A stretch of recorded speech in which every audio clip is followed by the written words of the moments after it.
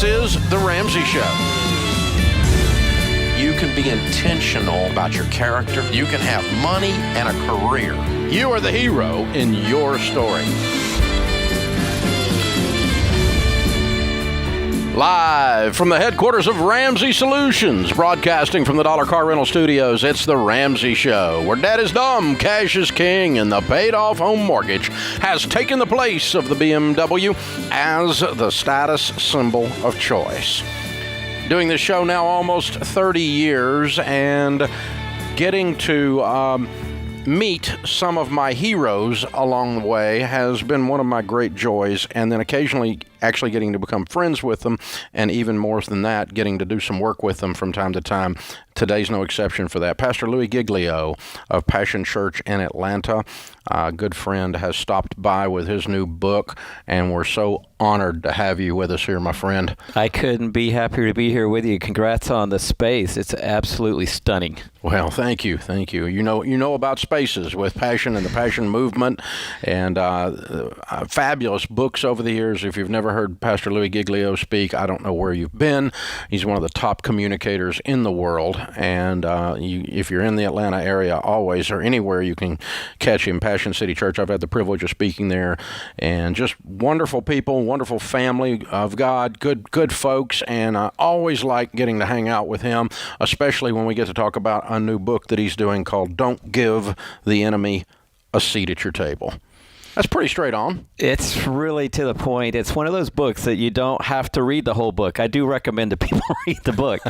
But I like the ones that you get the message on the cover. Total Money Makeover. Total Money Makeover. That's what I need to do. Yeah. Oh, you're going to tell me how to do that. This is the message. Don't give the enemy a seat at your table. If this enemy could come into paradise, Dave, think about it. Paradise. And lie his way in to the hearts of mankind and say, "Good, God isn't good, and you can't trust him." If he can do that in paradise, he can definitely do it in my life. He could do it in anybody's life. He can do it in Atlanta. He can do it in Nashville. He can do it in Dallas and Houston. He can do it when things are unraveling and it's not paradise. If he could do it in paradise. So we got to watch what we think. We got to be careful what thought we allow to take a seat at our table. You know, this is apparently my week for spiritual warfare books and information. The pastor that did our devotional yesterday was from Kansas City, spoke on the subject of that, and has just written a book on it as well. That I've read half of it this morning before I came to work. And but you know, he was just making the point that. And you know this more than I do, but I also already knew it, but it was good to be reminded that very seldom does the enemy come straight at you. Instead, he brings you something that's 98% truth. Yeah, I mean, there's very few occasions where the enemy shows up and says, "Hey, I'm the enemy. I would like to rip your eyeballs out." Yeah. You know? Yeah. I want to destroy your marriage. I would like to destroy your confidence. I want to take your business down. No, he comes in that side door where I was actually when I got this message. I'd been through about a 4-month battle, and some things have been said, some things have been done. About 4 months in, I get a phone call, and the phone call is, "I bet you've got one like this. You're not going to believe what happened today." It was that moment of vindication. And I reached out to a friend, and I said, "You are not going to believe what I just heard. If you give things enough time, da-da-da-da-da." What did I want, Dave? I wanted commiseration. I want somebody just to come alongside and say, "Hey, man, you're good, and you were right." But my friend knew I didn't need commiseration.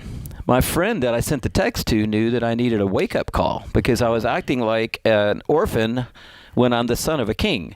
And he sent me 9 words in reply. Don't give the enemy a seat at your table. In other words, his whole 4 months of consternation, frustration, all this internal processing you've been doing, all that is because you let the enemy sit at your table. And you need to take your thinking back starting today. And that text became the cover of this book, the title of this book, and that text has literally changed my life over the last 6-8 years. Well, when you get pounded, and I have been this year, you have been this year, a lot of people have been this year by different things. But I mean, I watched and sent you positive texts during that time as well. And we forget to do the basics like take every thought captive. And instead, we sit, and it's almost like in the 7th grade at the lunch table, when you walk away and you go, now I know what I should have said. Now, and you just play these tapes over and over and over and over and over again about how you're going to hit back or how you're not going to hit back or how you're going to do this, all that. And all of that is just, you're playing right into this. Yeah, that's what I'm saying. It's, we want to control.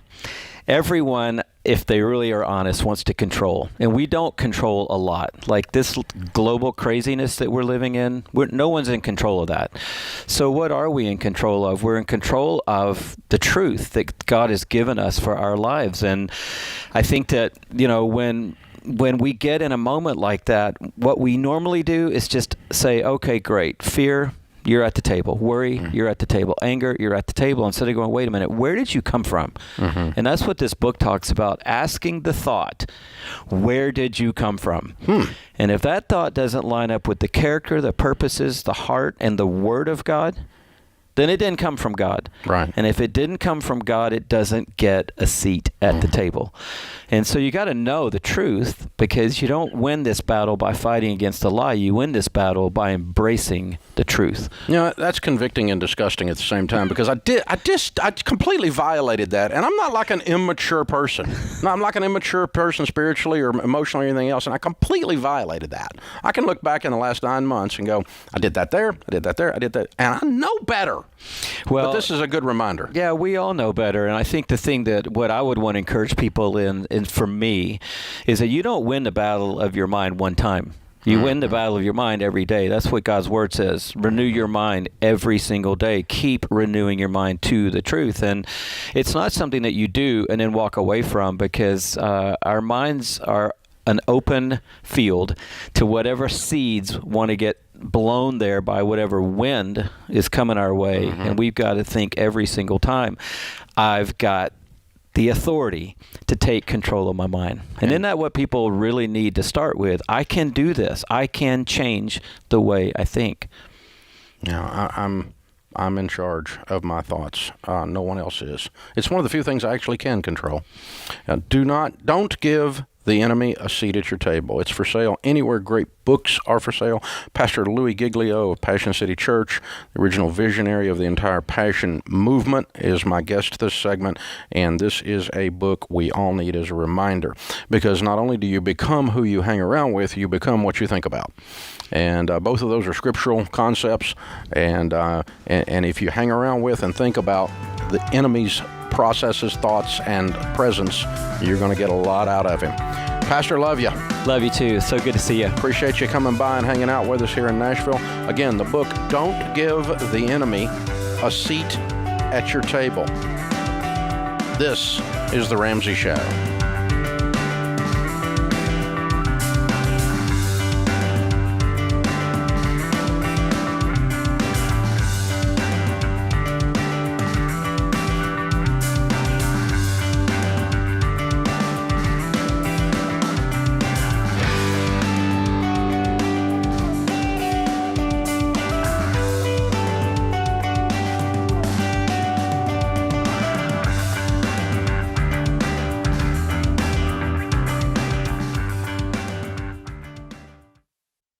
Stop paying your overpriced wireless provider and switch to Puretalk. They use the same network as the larger providers for much less. For just $30 a month, get unlimited talk, text, and 6 gigs of data with no contract. The average family saves over $70 a month by switching to Puretalk. Just go to puretalk.com and enter the promo code Ramsey to save 50% off your first month. Puretalk, simply smarter wireless.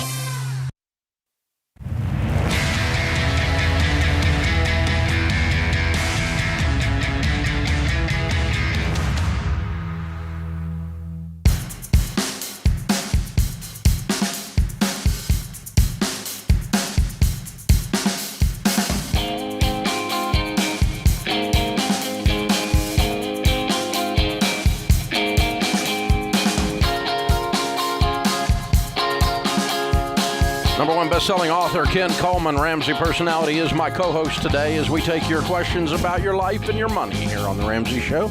Open phones at 888-825-5225, 888-825-5225. Well, happy birthday, Ken. Well, thank you, Dave. It's hard to believe. They sneak up on me every year. I don't know if yours do, but mine do. It's kind of like I didn't see it coming. I got all the old man jokes, right? So it's like the closer it's like life's like toilet paper. The closer you get to the end, the faster it goes. Oh, it's so good. Dave, we got this fun tradition. I got to let people in on this where Dave sends out. Everybody gets an email. If you're a Ramsey Solutions teammate, you get an email on your birthday, and there's always some fun GIF or whatever they call it, GIF or GIF. I never know what to say. And today was a picture of Albert Einstein, saying that studies show that birthdays are good things, something along those lines. Studies show that birthdays are good. Statistics show that birthdays are good for you. The more of them you have, the longer you live. That's right. So today is a day of gratitude. Another year in the books. 47, Dave. Really? Yeah. Well, I wouldn't have thought it. Really? Yeah, I would have thought you were much older than that. Boy, folks, that's what's called being reeled in. He had me the hook, and I thought I was going to bless me with like 41 or something. Yeah. So what is this? This is your 30 or your 28th anniversary of your 29th birthday. Yeah. Not bad. It's hard to believe. Not bad. There we go.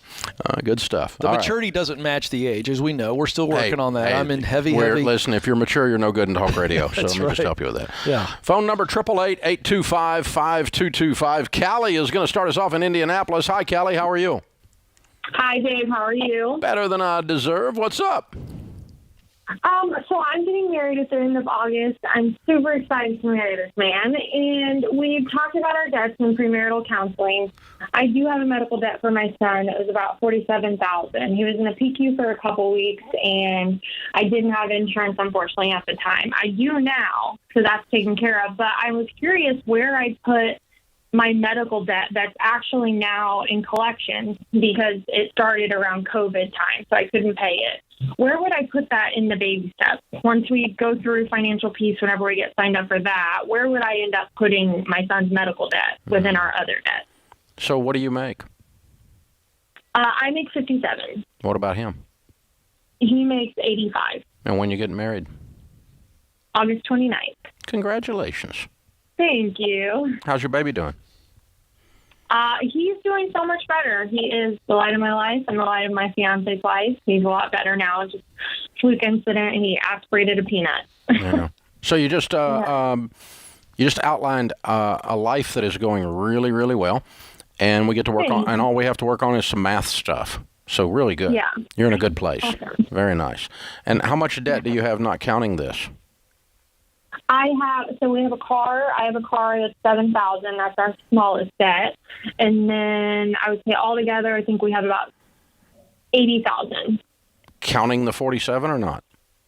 Not counting the 47. What's the rest of the 80? Student loans?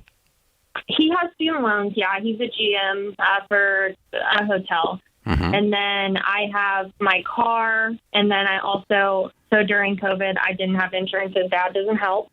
So I ended up crashing my car, and I'm paying them $12,000 for that. Okay, so, but the biggest number on this is student loans. The biggest number is his student loans, yes, sir. Okay. All right. Now, is the, are they attempting to collect, or are you paying any payments on the 47? I'm not paying any payments right now. His son was supposed to help me. His father was supposed to help me. That's actually in our mediation agreement. That hasn't happened yet. Mm-hmm. But I was paying payments, and then I stopped. And so it's gone to collections. I called about it, and it's at a collection agency right now. But they're not calling on it, no. Yeah. Here's the thing. You probably can settle this for, say, 50 cents on the dollar, something like that, if you had the lump sum. And so I would take something like the number like a $20,000 number and plug that into your debt snowball, wherever it really goes. It sounds like it's before the student loans, but after some of the car stuff. And I'd build up $20,000 cash, and I would call them, is this a single bill or a total of 47 on medical? It's a single bill. It's at a children's hospital. Yeah. I would also call the hospital administrator and see if you can get an in-person meeting. With COVID, I doubt you can. But anytime you can meet with someone in person, you can plead your case better and just go, I don't have any money. Obviously, the reason I didn't have insurance. The reason I didn't have insurance, I didn't have any money. So if you guys will settle this, we appreciate the service you gave us. We're thankful for that, and we don't want to be anything but honorable. But we just don't have $47,000. If you guys will take $20,000, I'll get it to you really, really fast, and then make it a priority if you can get a settlement agreement. But any settlements you do in writing, and you never give a collector of any kind electronic access to your checking account because they lie. It's a problem. Yeah. Dave, what happens if she goes to the hospital, and I love that advice. The hospital has an option there to call the collection agency, I presume, and say, hey, we want to pull this back. We've talked to them, and we're working this out. Yeah, they can. They don't usually if you just call them. Yeah, I agree. That's why. But an in-person meeting where you go in, not accusing the hospital of having done something wrong. That's right. Like, why do you people charge so much? None of that. And you're the price problem with you. No. This is a children's hospital that helped you with your child. You're grateful. Yep. And you start with that, and then you go, well, it's just a math problem. It's not a matter of intent. I don't have the money, and if you guys will settle this, we can get it knocked out pretty fast. If we're going to pay the whole $47,000, it's going to take a long time. Yep. And most of the time, it's interesting. Even people in the administration in hospitals tend to attract people with mercy. Yes. Merciful people. Yes. And so, not always, but they have a tendency to do that. They move into the medical field for one reason or another. And so you oftentimes find someone with heart. But again, you're not going in belligerent. No. You're not going in accusing them of having done something wrong. If you're going to do that, you need an attorney. Yes. But that's, because the hospital somehow malpracticed or something like that. But that's not what we're hearing here. No. In fact, I was going to say, if you have the spirit that you have on this call, this is a woman who sees the end. She's going to knock it out. She's excited about the days ahead. And, part of this deal is you got a deadbeat dude on the other side of this isn't helping. I'd share that story too and go, hey, but I'm not relying on him. I'm here to handle this. You help my baby, and I want to do the right thing. I think that conviction, along with the spirit she has, is very attractive. It is. I mean, it's just human nature, and it's proper relationships. And but sometimes what happens is we get afraid, or we are ashamed, and out of those emotions, we project something else rather than humility. We project anger.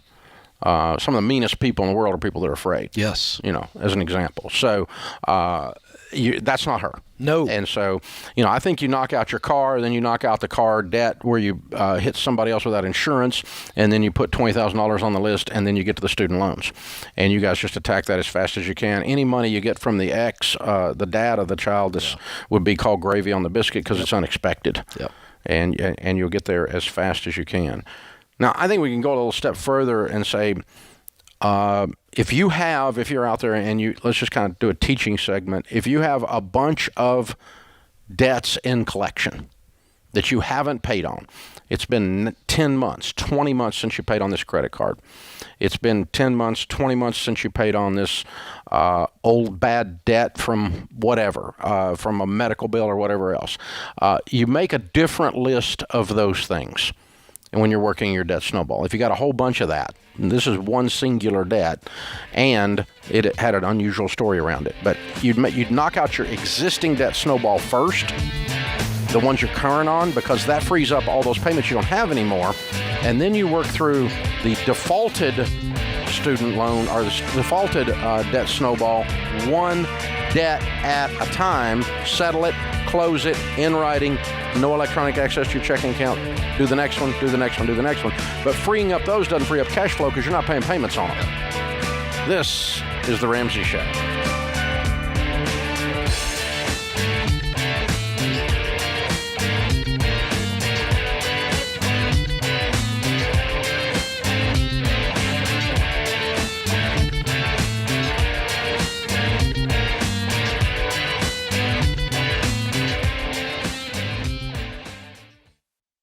What makes our show unique is that we genuinely care about our listeners. We're intentional about choosing the best advertisers to recommend. Blinds.com is no exception.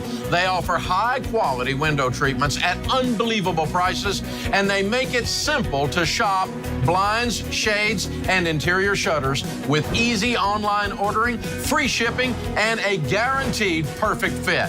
Go to Blinds.com and take advantage of this week's special savings.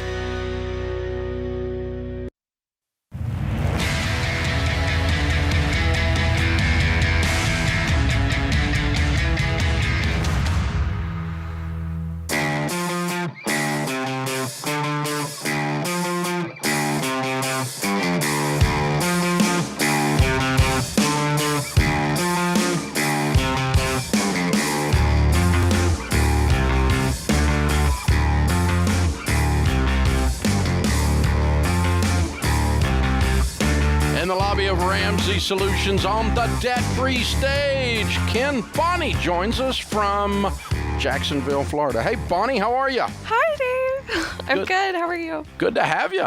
I'm excited to be here. All the way from Jacksonville. Very cool. Yes, all the way from Florida. How much have you paid off?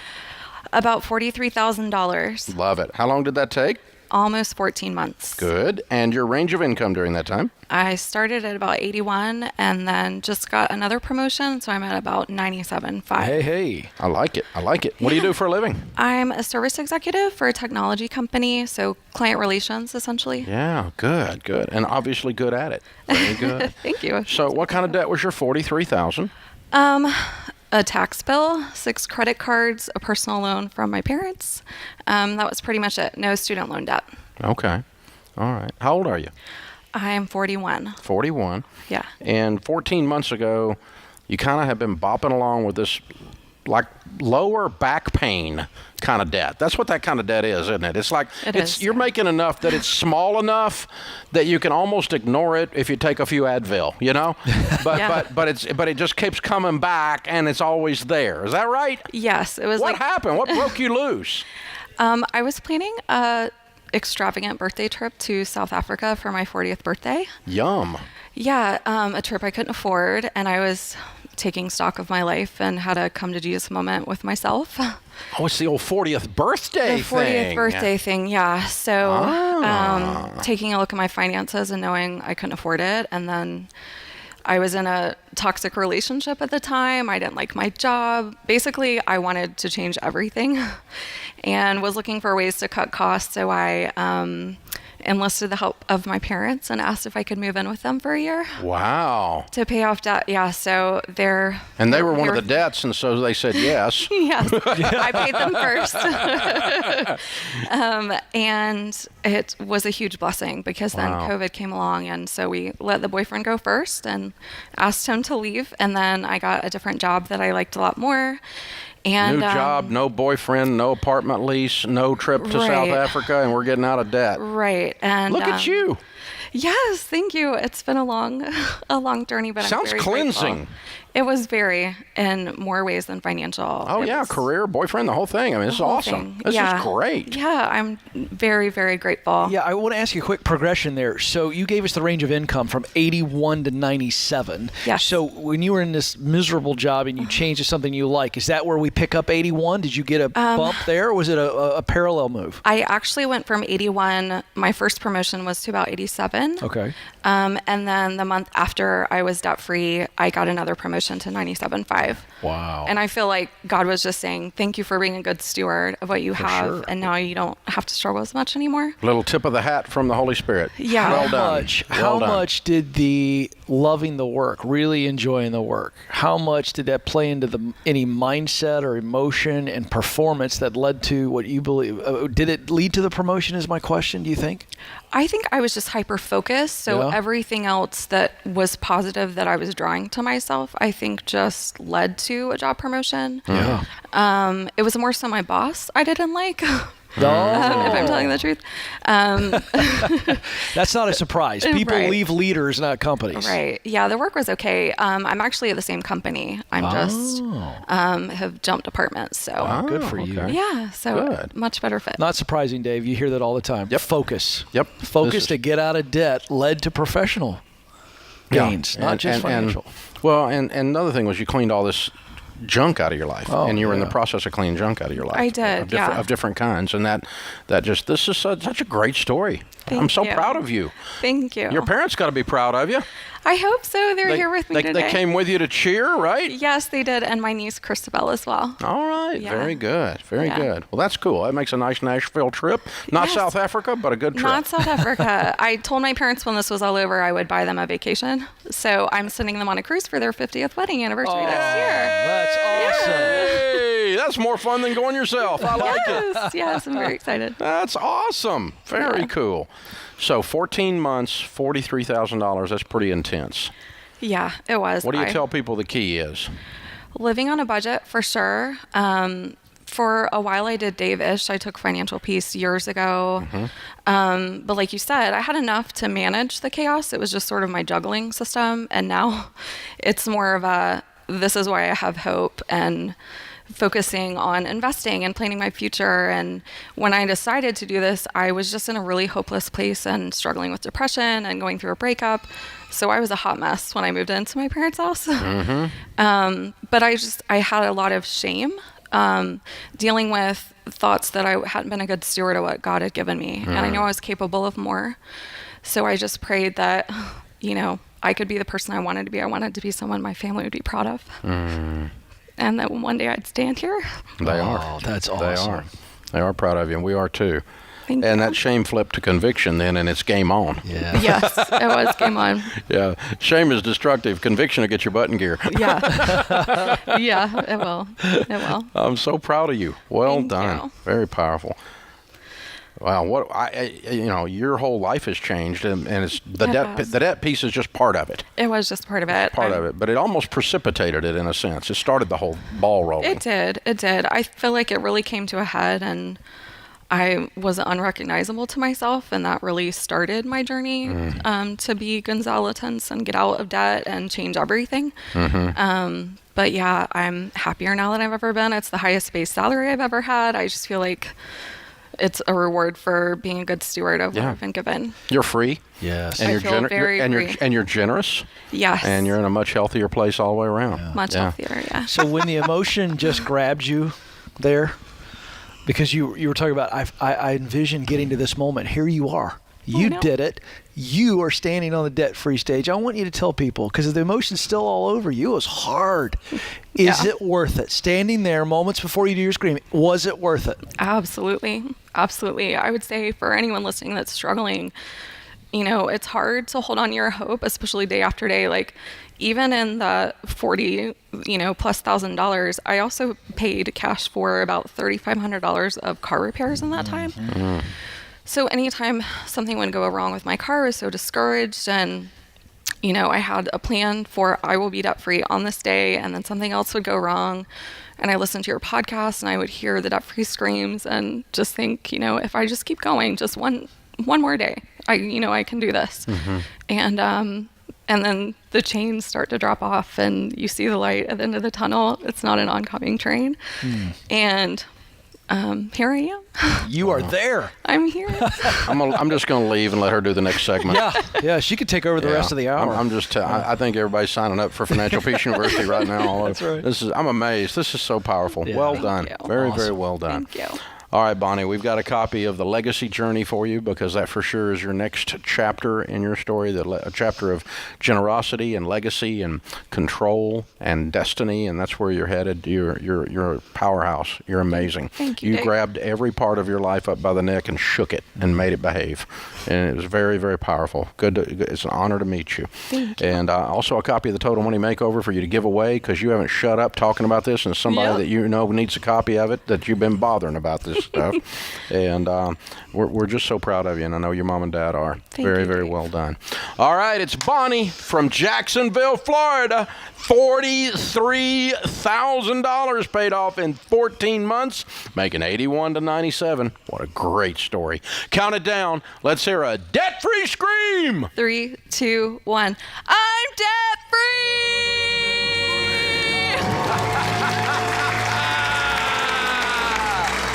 Love it! Woo! Absolutely fabulous. Unbelievable. What a great story. This is The Ramsey Show.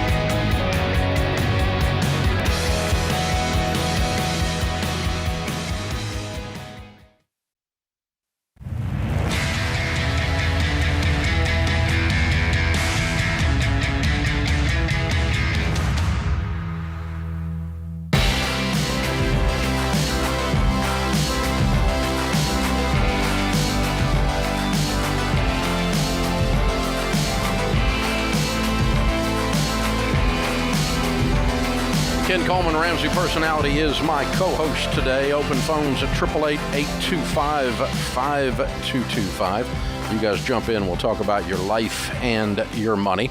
If you're in debt, we know it can feel like you're fighting a losing battle with those bills. Sometimes you can feel stuck like Bonnie in our last debt-free scream there. You may wonder if you're ever going to get ahead. Well, you can. You can get control. You can grab things by the neck like she did. You can build the life you want. We will show you how in Financial Peace University. Millions and millions and millions of people have learned the proven plan to work out of debt and into wealth in Financial Peace University. And, of course, you're going to be sticking to a budget. That's part of the plan. And you'll have the premium version of our budgeting tool, Every Dollar. Both both Every Dollar and Financial Peace University are available at Ramsey Plus. You can start a free trial of Ramsey Plus and end this constant battle with and for your money. Just text TRIAL to 33789. Text TRIAL to 33789. Sarah is with us in Los Angeles. Hi, Sarah. Welcome to The Ramsey Show. Well, hello, Dave. How are you? Better than I deserve. What's up?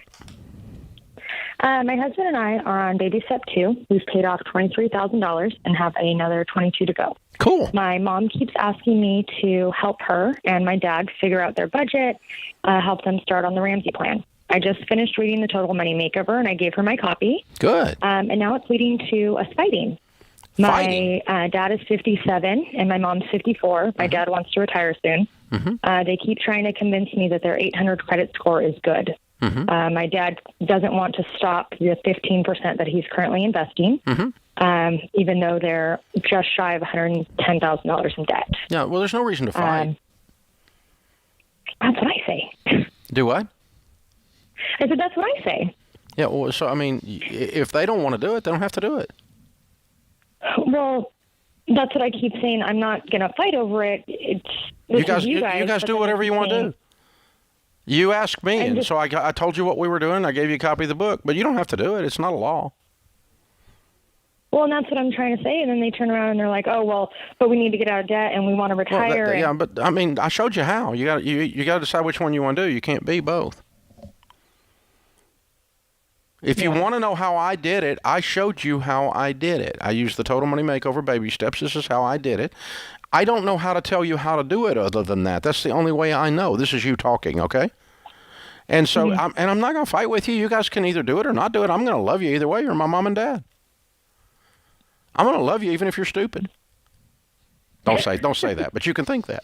Yeah, right. Yeah, no, they'll kill me. I can't say that. I know. But you see what I'm saying? That's what's going through your head, right?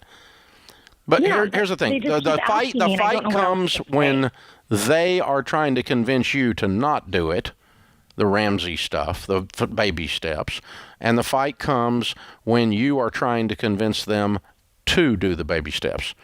So the best way you can convince them is to continue to do it properly yourself and win, and and it sets an example for them. But you can't make people do stuff. Yeah, that's true. You can make little kids do stuff, but you can't make grown people do stuff. And you can only make little kids do stuff. You can only make little kids do stuff until you leave the room. Right. That's right. Sarah, one of the things, Sarah, I hear the tension for you because they keep asking you, and you're so passionate, you're so convicted on this journey that you can't just answer a question. You know, and I think that's where there may be some tension there. And I think Dave's absolutely right. I think if they keep asking you a question, you go, I'm not sure. I'll text you later tonight. I think it's on page 87 of chapter 3 or whatever. And just stay out of the communication. If you're feeling your tension rise because of your tremendous conviction, then you're going to have to just, when they ask a question, say, I'll look it up. It's in this chapter. It's in chapter 5 or it's in chapter 6 or whatever it is. And give them the answer, but don't get involved in the back and forth opinion stuff because Dave's right. I don't want to do that. Okay. Yeah, great. Sure. That's cool. I don't want to stop putting money in my 401k. Okay. I mean, if somebody calls me up on the air here and I'm the guy, okay? It's not just like a theory for me. I'm the guy that wrote it and did it for me and tens of millions of people, right? If somebody calls me up here on the air and wants to argue with me, I'll talk to him for a minute or two, and then I just go to the next caller. I'm not going to have a debate with somebody about this because I'm right. I'm not going to have a discussion about it. I mean, I'm not right about everything, but this stuff, 20 million people have done this stuff under my direction. So it's not like it's wrong anymore. You know, it's not like an opinion. It's not a theory by a broke college professor. This is we do this, and I may not be able to do anything else, but this I can do. So I'm not going to argue with you about it. If you don't agree with me, you're just what's known as wrong. And America is a great place. You're allowed to be wrong. Yeah. And so, you just have to be kind about it and have a little bit of that in your head, a little bit of those kinds of tapes, almost sarcasm playing in your head, and you just kind of don't be mean and don't be unkind, and just go, Dad, if you don't want to do that, that's okay. I understand. I love you. This is a plan I'm doing. You are a grown man. You get to choose what you're going to do. Yep. And I'm going to love you either way. Yeah, and that creates the emotional boundary that you need. You need that. You need to be able to put a boundary out there and go, we're doing it. We're all in for us. Mom and Dad, they got their big boy pants on and their big girl pants. So at some point, don't get sucked into the back and forth on it. I'm not going to try to make you do it, and please don't try to make me not do it. That's right. There's your clearest boundary. Yeah. And because either one of those are going to cause a problem, and we're going to have conflict, and I don't want to have conflict with you. I just want to love you. Mm-hmm. And there's no point in the conflict because you're grown people. You're allowed to do whatever you want to do, even if you're wrong. I mean, I got relatives that vote wrong. Oh, I've heard. and I love them anyway. That's true. You know? That's true. It's okay. They just don't know how to vote, and no amount of talking to them helps either. No. So I quit arguing with them a long time ago, and I just know my vote got canceled out by so and so. You know, they just don't know how to vote, and so you just can't. There's some things you just can't argue about. Doesn't do any good. Jimmy's with us in California. Hi, Jimmy. How are you? Doing great. How are you, Dave? Better than I deserve. How can we help? I'm calling because I have a quick question. My wife and I are on baby step number 2. We recently just sold our condo, made a profit of around $75,000 in the bank right now. We have $185,000. The issue is we have $170,000 in student loans. My question is, would you save a large chunk of that? We're looking at a home around $600,000. Save 20% of that for a down payment, or would you place a large sum of that towards the student loan debt? Did I understand you have $185 in the bank and $170 in student loan debt? Yes, you did. Okay. Well, what we teach folks is don't buy a house until you're debt-free and have an emergency fund. Okay. So I think you're renting for a while because I think you just used 170 of your 185 to become debt-free. Yeah. Al, you're not going to do that, are you? Yeah, well, I mean... He's crying. Yeah. He's laughing like it's the most ludicrous thing he's ever heard. Yeah. Well, as ludicrous as it sounds, it also kind of did just for a second when I said that, did you feel kind of free? Yes, that would be amazing. Yeah. I mean, you have to admit down inside your stomach that something was set free when I said that. Down inside your soul, something was set free. Because that 170 looks like it's insurmountable. Yeah. It looks like freaking Mount Everest. And for just a second, I placed you on top of Mount Everest and you were cheering for just a second. And then you started rolling your eyes and going, I think this guy's crazy. Hey, Jimmy, do you have a good job? You gainfully employed? Yeah, so I'm an ICU registered nurse, and my wife is an emergency department All right, here's what I want What's you your to household do. income? We are around 160. Way to go. Oh, my gosh. Way to go. Jimmy, here's a fun exercise for you. You and your wife tonight, dinner, okay? Write down what it would look like. What would your financial situation look like if you paid the $170 off? You had $15K. You're living in an RV, right? Yeah. And then you got really good income. What would life look like? I think you just got to get over it. You got to write it down on paper and look at that. How fast could you save $100,000? Oh my goodness. We paid off this was before I knew about your program. Yeah. We paid off like two $40,000 cars in within a year. Yeah, so I think you could save $100,000 a year. And I think you're going to be in a house by this time next year. And you're going to have an emergency fund and no student loan debt. And you're going to look back 10 years later and go, that crazy guy on the radio was right. And if you don't do this, you're going to limp for a decade. Hey, you tell people what to do all the time in your business, and they either do it or they don't. This is The Ramsey Show.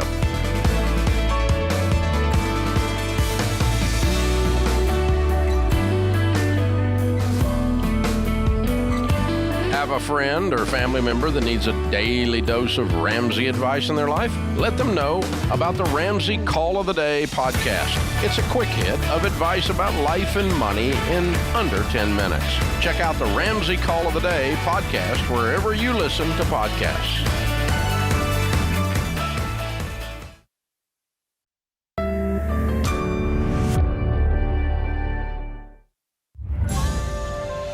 This is The Ramsey Show.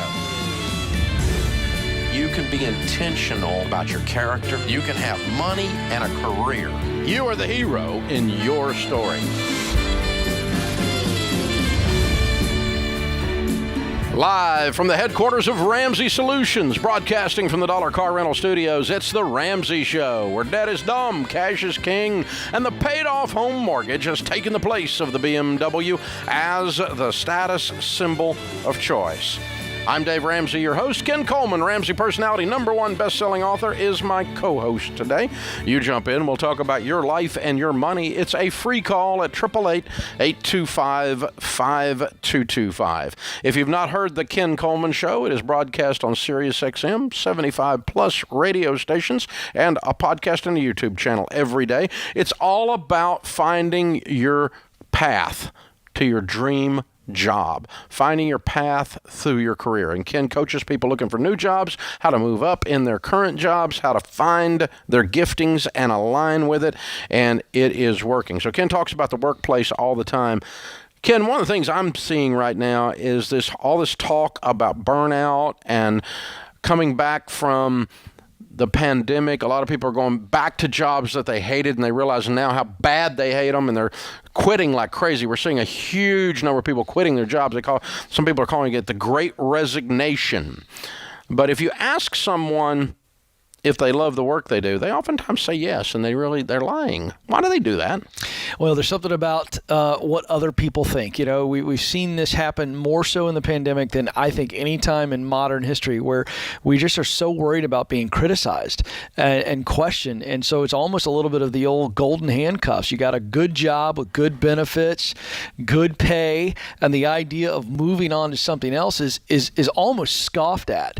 And, you know, we talk a lot about this on the Ken Coleman Show. We've got 7 stages, a very clear path. And stage 5 is one that people really need to grasp, certainly people that listen to this show. It's called Get Promoted. And this is the idea of moving up the professional ladder. And there's 2 benefits, Dave, to getting promoted. Certainly, when you get promoted, most of the time, you're talking about getting more income. And that helps us with whatever stage that we're in the baby steps, right? That bigger shovel is applied throughout the baby steps. Right. We always need the bigger shovel. But the other thing, Dave, is that we long to do work that really matters deeply to us. We want to be challenged. And if we're not getting promoted, if we're not growing professionally, then we're not growing personally. You're dying. If you're not growing, you're dying. There is no I'm going to sit here and do the same work for 38 years. That's right.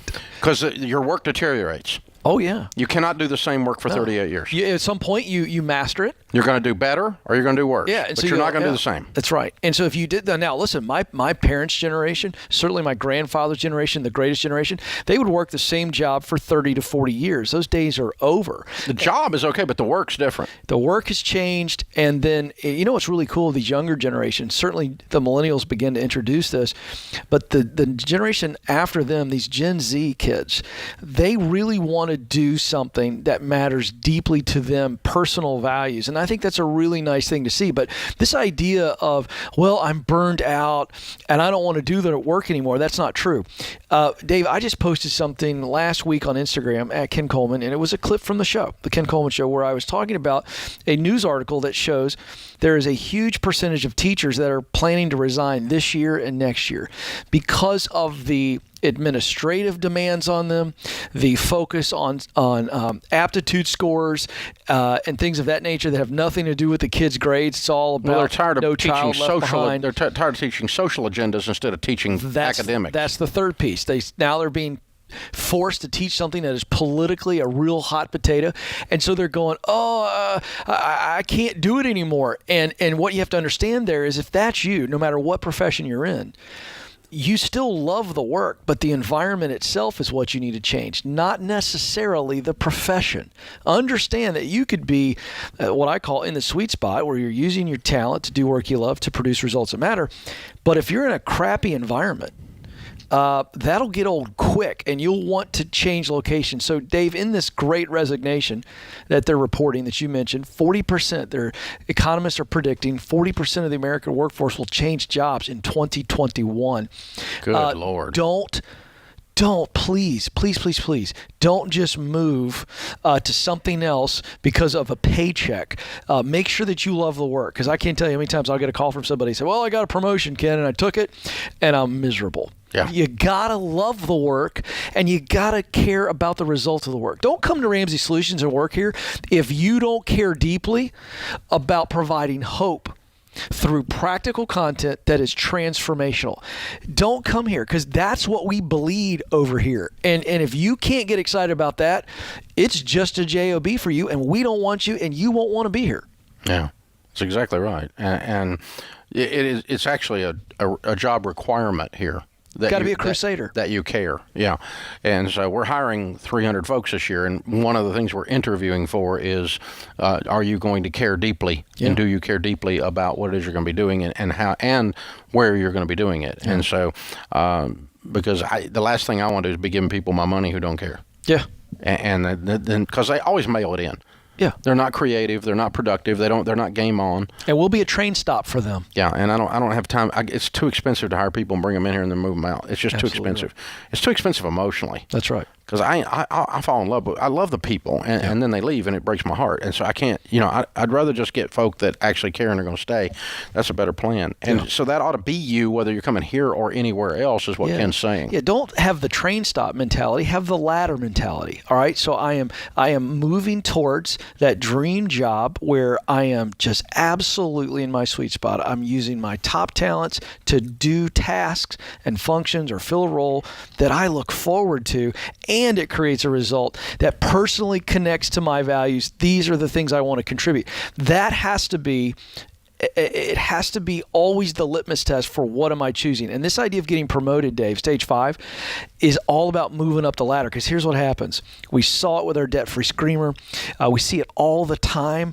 When I get focused on just the debt snowball, we see people get promoted and make more money. But what if you were focused on not just making more money, but doing work that you love? You're going to see income and impact, Dave, both of them move up. And that's what everybody longs to do, is to make a difference instead of a job. And it occurs to me that even in a given position, you can everything's changing so fast. Quickly. The technology is changing. The methodology is changing. The delivery mechanisms are changing.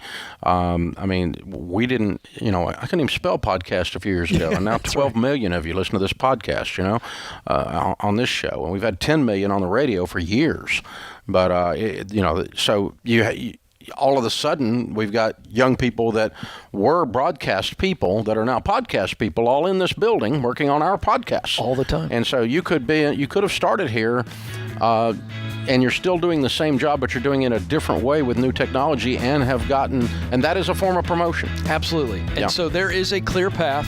We're excited, Dave. We got a big announcement coming soon, a book that's going to reveal all 7 stages in the clear path to doing work you love. Very excited. Ken Coleman, Ramsey Personality, is my co-host today. This is The Ramsey Show.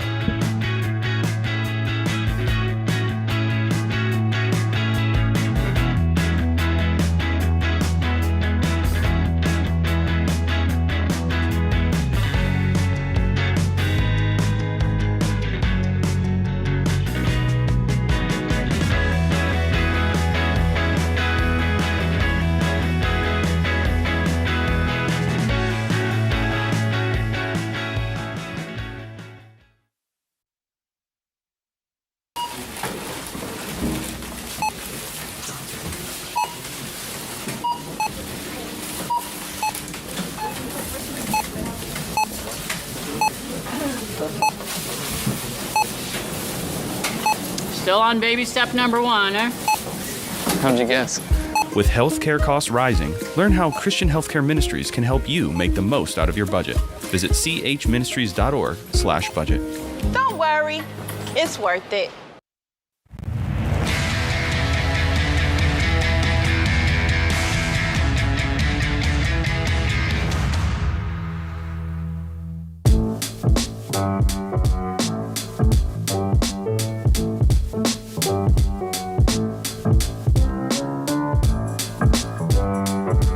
Ken Coleman, Ramsey Personality, is my co-host today. Nathan is in Richmond, Virginia. Hi, Nathan. How can we help? Hi, how are you doing? Better than I deserve. What's going on? Okay, so here's what I got going on. I'm 25 years old. I'm getting money from my father who recently passed away. It's going to be over $200,000. I'm not the best in money management. I've heard the saying, it takes money to make money. Should I invest this money into a business? Should I save this money? What should I do if I want to become a millionaire by the time I'm in my 30s? How long ago did your dad pass away, Nathan? He passed away a couple months ago. I'm sorry. Y'all close? We were pretty close. He had dementia and Alzheimer's, so I didn't see him too often because he was in a assisted living facility. Sure. And I lived across the country, so he was in Arizona with my sisters, and then I lived over here in Virginia. Gotcha. So you're getting $200,000 cash? It's not over that. It is just over that? Yeah, I'm not sure of the exact number. But I mean, it's not a piece of property or something else. It's a investments or cash that's going to come to you liquid that you're going to be able to do whatever you want to do with it. Yes, like my brother's going to hand me a check. Gotcha. Okay. And what do you make a year now? So a year, I usually make around, I'd say $35,000 a year. Okay. All right. So here's what I would tell you. You're calling very, very wisely to start to gather some wisdom about something you don't know anything about. You have never driven a car before, and someone just gave you car keys, right? Correct. And you go, well, I hear these things go fast. Right? Yeah.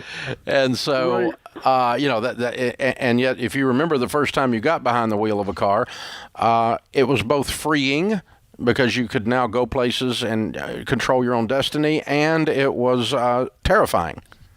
And if you don't have both of those feelings with this process, you're not wise. Right. Okay. So I'll start with, it takes money to make money is not a true statement. That's a statement that broke people say as an excuse to not become broke people. Can you make money using money? Sure. But actually, the vast majority of people who build wealth do not build it because someone handed them $200,000. They build it because of their habits and their character. Okay. So that's you. So here's what we're going to do. We're going to number one, I tell you to do is just slow way down. I would want you to move along the spectrum from exciting to boring over towards boring. Your job is to manage this money. Your job, as if it's someone else's money and you're managing it for them, your job first is not to lose it. Your job second is to maximize it. But most people, when they get handed the keys to the car, step on the gas. And meaning they think their job is to maximize it, and they end up losing it. So people that end up in your situation get money lose it very often because they make the mistake of they think it has to be exciting, it has to be sexy, it has to be wild, it has to be crazy, because if I don't maximize it, I'm doing something wrong. It takes money to make money. We all know that, and so I'm going to invest it over here, and I'm going to do this, and I'm going to do that, and I'm going to do this. Wrong. Slow down. Number one rule, Nathan, don't put money in something you don't understand. Don't put money in something someone else tells you is a good idea and they sound like they're really smart people. Around the money business, and I've been around it 40 years, there are a lot of enthusiastic ignoramuses.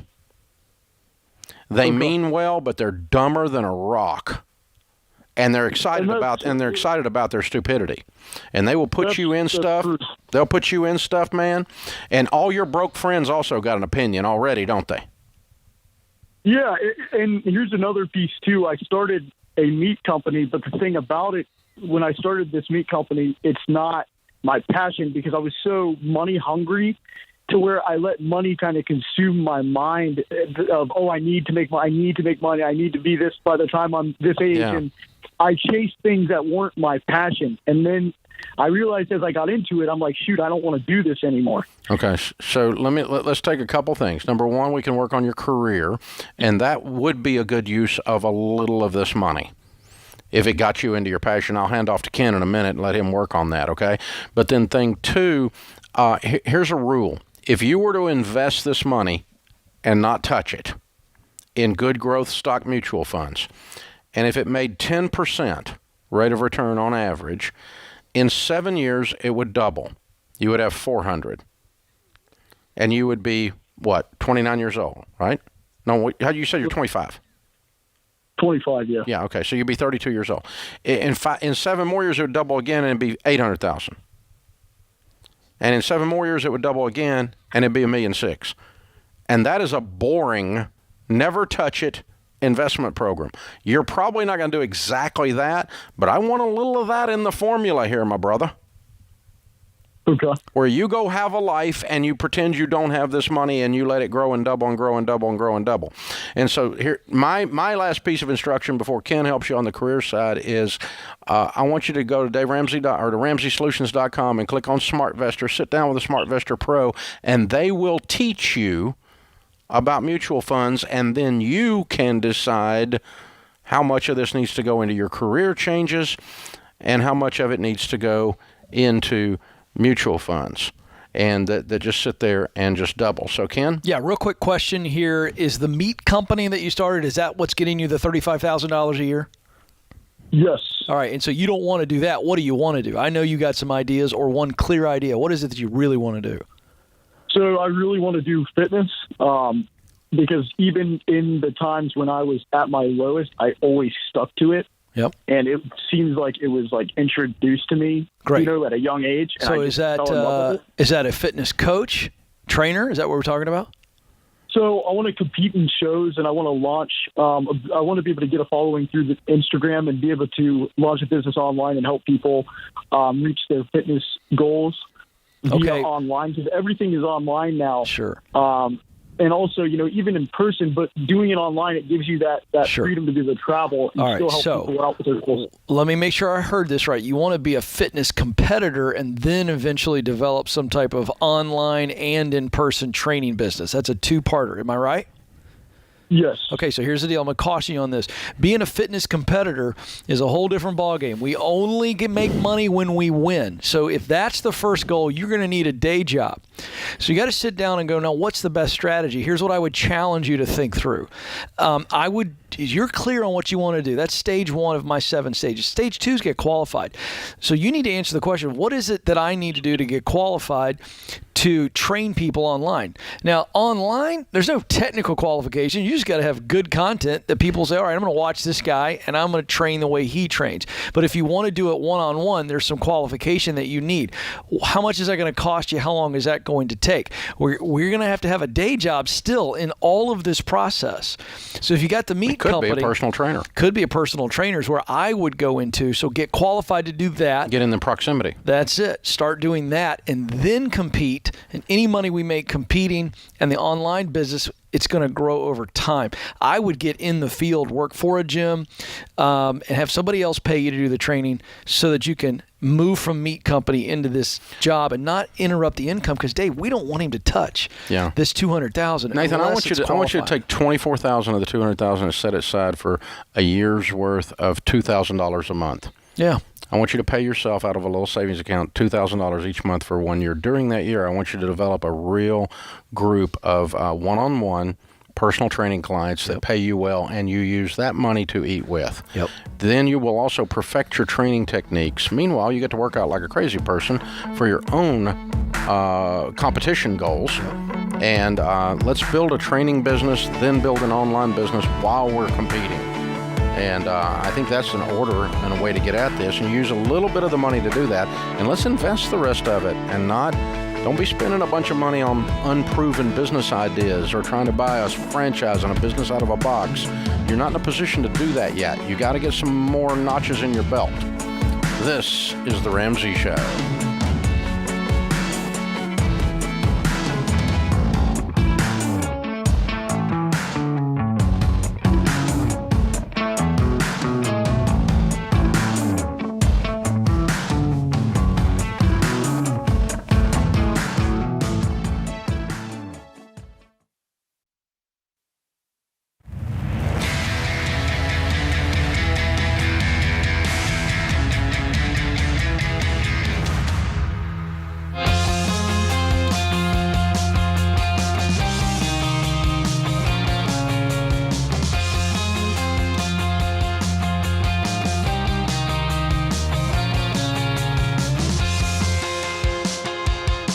In the lobby of Ramsey Solutions on the debt-free stage, Evan and Alyssa are with us. Hey, guys, how are you? Doing great. Good. Dave. Welcome. Where do you guys live? Germantown, Wisconsin. Milwaukee area. That's right. Yeah, good. Good to have you guys. Welcome. All the way to Nashville to do a debt-free scream. How much have you paid off? $103,000, just north of $103,000. Good. How long did that take you? About 36 months. Good. And your range of income during that time? It ranged from 120 to 170. Good. What do you guys do for a living? I work I'm a sales executive for a large insurance company. Mm-hmm. And then I was working at a bank and with financial advisors. Okay, good. Very cool. So both of you numbers people around the numbers world for sure. What kind of debt was the 103? Yeah, the majority was student loans. Mm-hmm. We had a 2013 Camaro sitting in the driveway and a 2018 Honda Civic that we got rid of along the way as well. But the majority student loans and a little bit of credit card debt on top of it. So you sold both those cars? We sold the Honda Civic actually to our grandparents. That kind of kicked us off, and we're thankful for that. I think they paid a little bit above market just to help us on the way. That's nice. Yeah. And then Camaro ended up turning into a 2005 Sierra that we still have to this day, paid full. So. Oh, wow. Yeah. Okay. Wow. Good for you. So what happened 36 months ago? What starts this journey for y'all? Yeah, we pretty much were just thinking, hey, we're gonna be cuffed to these student loans for the next 10 years and these car payments the next 5, and never put too much thought to it. But the place I worked at the time, a friend of mine, Joel, I know he's listening back home. He came to me one day and said, "You ever hear this book, Total Money Makeover?" And, "No, this guy Dave Ramsey." And I said, "No." He said, "Well, I was listening yesterday, and this girl paid off $90,000 of student loans in 2 years, and there's people paying off their mortgages in 4 to 5 years." So immediately that got my all of a sudden the light bulb goes on. There's a different way to do this. Yeah. That'd be cool. That's what your mind says. That'd be neat. Yep. How do you do that? Yeah. So I run home and I'm all jacked up, and bring the idea to Alyssa, and why would we do that? Why would we put ourselves through that stress? And we went to a restaurant locally, jotted down a bunch of notes about what was coming out every month, and then on a different piece of paper wrote down a bunch of goals that we had over the next 5-10 years. And we noticed we can't have $3,000 going out every month of student loan payments and debt payments and accomplish these things at the same time. So we got to figure something out. Okay. But I'll be honest, I was not fully bought in. Sure. So it took I told him, I will, entertain this for you, and we'll see how it goes for the next couple months. Okay. But after these couple months, it was like, why have we never lived like this before? It was hard at first, but it wasn't, a huge life change. I didn't think. It didn't kill you. No, no, we're still here. And you can see your way out. Exactly. Yeah, if you can see your way out and it doesn't kill you, you'll do it.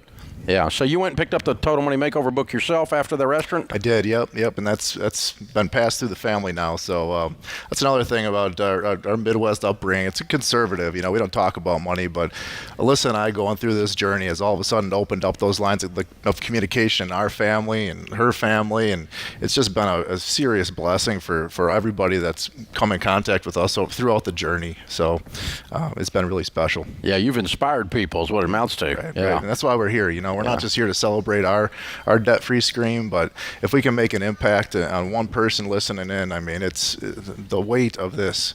I have a newfound respect for folks sitting on that lobby waiting for their debt-free scream. We were laughing, crying over the last, hour or so. And getting nervous about getting the microphone. That's right. Yeah, you're doing great, though. You're doing great. Thank you. I've got a relationship question. Yeah. Because for a married couple, this has got to be a joint deal.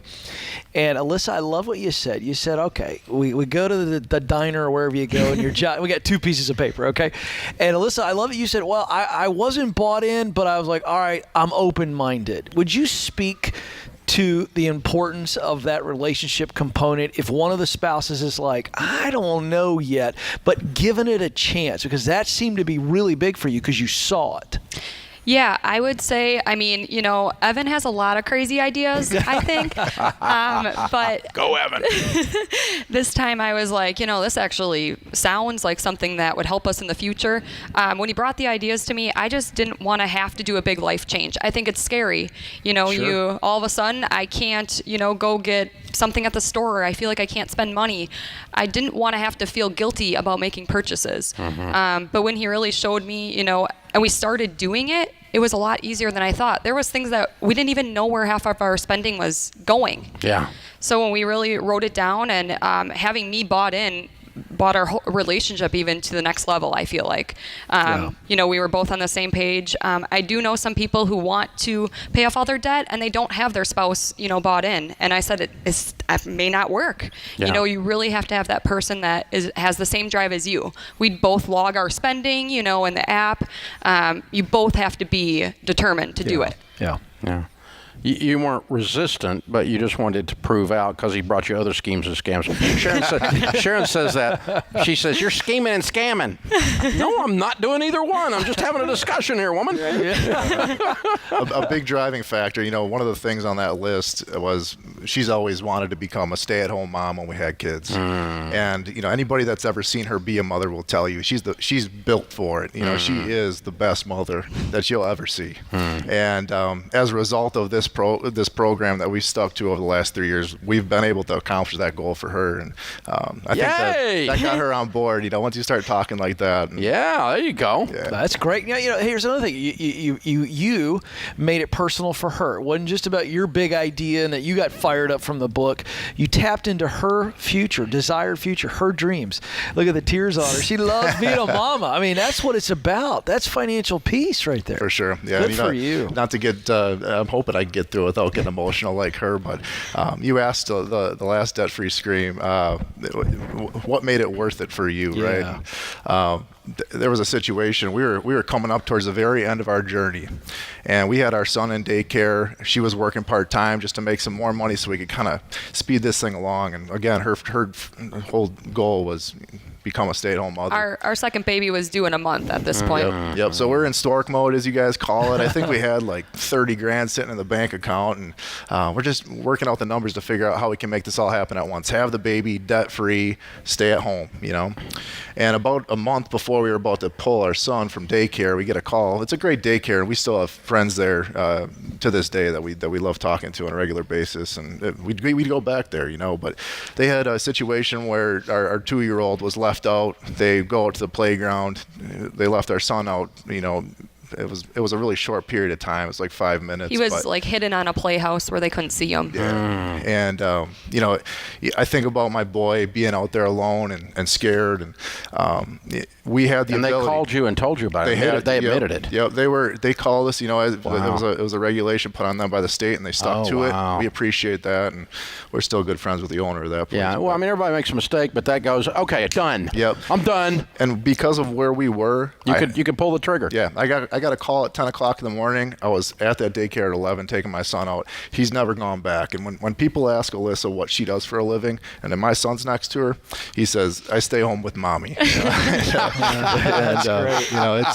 just such a the wait was. It's really rewarding that we were able to do that, and now he can, I can hang out with him every day, and we do fun things every day. Yeah, that's worth $103,000, and anything you sacrifice to get rid of it all day.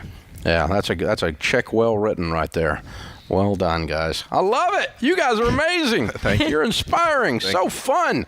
So the key, well, we ain't even got time. I'm not going to do it. I'm going to give you a copy of the Total Money Makeover to give away. So somebody that's at a restaurant somewhere doing their goals probably needs a copy of that book. You're going to run into them. And I'm going to give you a copy of The Legacy Journey because you definitely have changed your family tree in so many different ways in this story. So inspiring. So well done, you guys. Thank you. Thank you. All right, Evan and Alyssa, Milwaukee, Wisconsin area, $103,000 paid off in 36 months. Make it 120 to 170. Count it down. Let's hear a debt-free scream. 3, 2, 1. We're debt-free.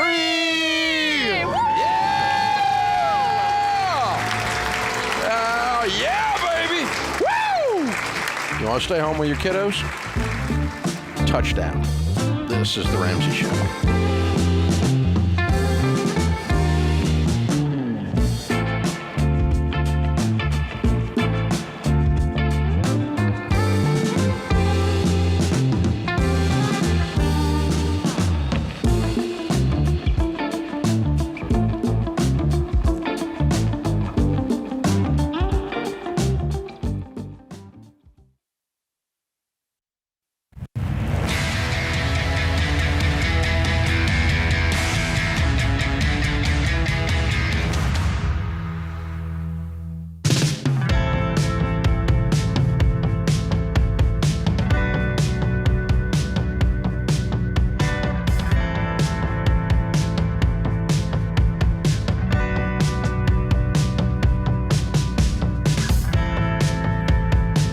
Ken Coleman, Ramsey Personality, is my co-host today. Open phones at 888-825-5225. Our question of the day comes from Blinds.com. They have a 100% satisfaction guarantee. That means even if you mismeasure, you pick the wrong color, they will remake your window blinds for free. They have free samples, free shipping, new promos all the time. Always use the magic word, the promo code RAMSEY, to get you a deal. Today's question, Dave, comes from Javier in California. He writes in, I currently have a job in construction management, which pays $100,000 a year plus bonuses. My dream since I was a kid was to become a police officer, but the money I've been making has pushed me away from this goal. I don't get the satisfaction with my current job that I think I would have as a police officer, but I'm scared to make a change, which might be a mistake. What should I do? Javier, you should follow your heart on this, but before we follow the heart, let's do a little bit more research, what I call clarify and verify. You've probably done this, but I'd love for you to talk to a couple police officers who really love their work. And this is over coffee, could be over Zoom, whatever, and sit down with them and learn what do they love most about the work, what do they like the least, and let's just do a little simple, almost term paper-like research with real men and women who are winning and love being a police officer. Once we get that information, that's the clarify, your heart is going to verify and say, hey, this is something I need to do. Now it's all about getting qualified. And so you know what that journey looks like, or you need to find out from them. So what is actually involved? What do I need to do to get qualified? What's that process going to look like? And now we have a clear path to getting qualified. And so you make really good money. You save up for any kind of cost here in the qualification stage, and you go for it, and you're going to make the transition. And here's the deal, Dave. I know this, that anytime somebody makes a change, even when their heart, like Javier is saying, he's always wanted to be a police officer to protect and to serve. But it's scary when we don't know what the journey might look like. And so when we go figure out what the journey is going to look like in getting qualified, and then What does a day look like? It's not so scary. There's two pieces to that to me. Listening to you explain it through, it feels like that if I get real clear of exactly what it looks like when I get there, and then I get really clear on exactly what it's going to take to get there. That's exactly right. The fear goes away. Yeah, because now we know, okay, I'm going to have to get physically fit because I got to pass a test for this. So I've got some goals I've got to hit. I'm going to have to go through the academy. Through the academy, maybe 3-4 months, and then maybe there's a 6-month probation period where they bring me in. Whatever that particular department looks like, that's what we're talking about. What does it take to actually get in? And then when you're doing the job, here's what the glorious parts are, but here's the inglorious parts. Yeah. You know, like I know one lady that kept saying she wanted to be a nurse, and then she went and shadowed a nurse for 2 days, and she went, ooh, I don't want to do that. That's right. That's the clarify, verify. Once we actually see what it's like, what are the best parts? Yeah, do some ride-alongs with some patrol guys. You know, we had a policeman call me today on the Ken Coleman show earlier today, and he was wanting to transition because of the environment that unfortunately exists today in America around policemen. And it's not the case for everybody, but there's certainly a really rough environment. And so I really pressed him on it, and I said, what do you love most about being a police officer? And his answer was, I really like being a part of saving someone's life, whether I'm doing it or assisting an EMT or a fireman or whatever. He goes, it's really about protecting people for me. And I think that what he was trying to do is say, hey, Ken, should I leave because of the environment? And I said, if you can find something else that allows you to do the work of protecting or caregiving, then yes. But if not, stay. And in this situation, before you make that move, you really want to clarify and verify, does this set my heart on fire? Am I doing work that I love? Am I producing results that matter deeply to me? Very simple questions. And if you look into it, the answers take away the fear of the unknown, because we know, this is what it's going to be like, and this is what it's going to take to get there. Now I can wrap my brain around it, just like Dave for years has given you folks 7 baby steps. $1,000, baby step 1, I got to put $1,000 for rainy day. You know, either the debt snowball. There's a plan. Absent of a plan, fear will paralyze us. Yep. Yeah, but it does. Knowledge gives you power. Absolutely. When you know what it's going to be like when you get there, and you know exactly what the steps are, the fear largely dissipates. It really does. But most of your fear comes from the unknown. Yes, sir. Open phones at 888-825-5225. Rachel's in Orange County, California. Hi, Rachel. Welcome to the Ramsey Show. Hi, thank you so much. This is like my 4th or 5th time calling, and I'm excited every time. Well, we're honored to have you again. How can we help? Thank you. Okay, so in January this year, I paid off 2 card collections that I had from about 6 to 7 years ago. And so one of them is not on my credit report anymore. The other one for Toyota, I had to dispute twice, and it finally shows that I paid a lesser amount than what was actually due. However, it's still showing up on my credit report, and it's saying it'll be on there until February of next year. That's because that's what happened. Okay, so they keep that on record for a year after I paid it off? As long you settled it for less than was owed, right? Correct. I got it all in writing. So and they're reporting it accurately, although it is a negative report. Okay. Is that correct? Yes. Okay. Yeah, you can't do anything about something that's reported accurately. Okay. But they're saying it's going to drop off in a year? Yeah, it says on file until February of 2022. Great.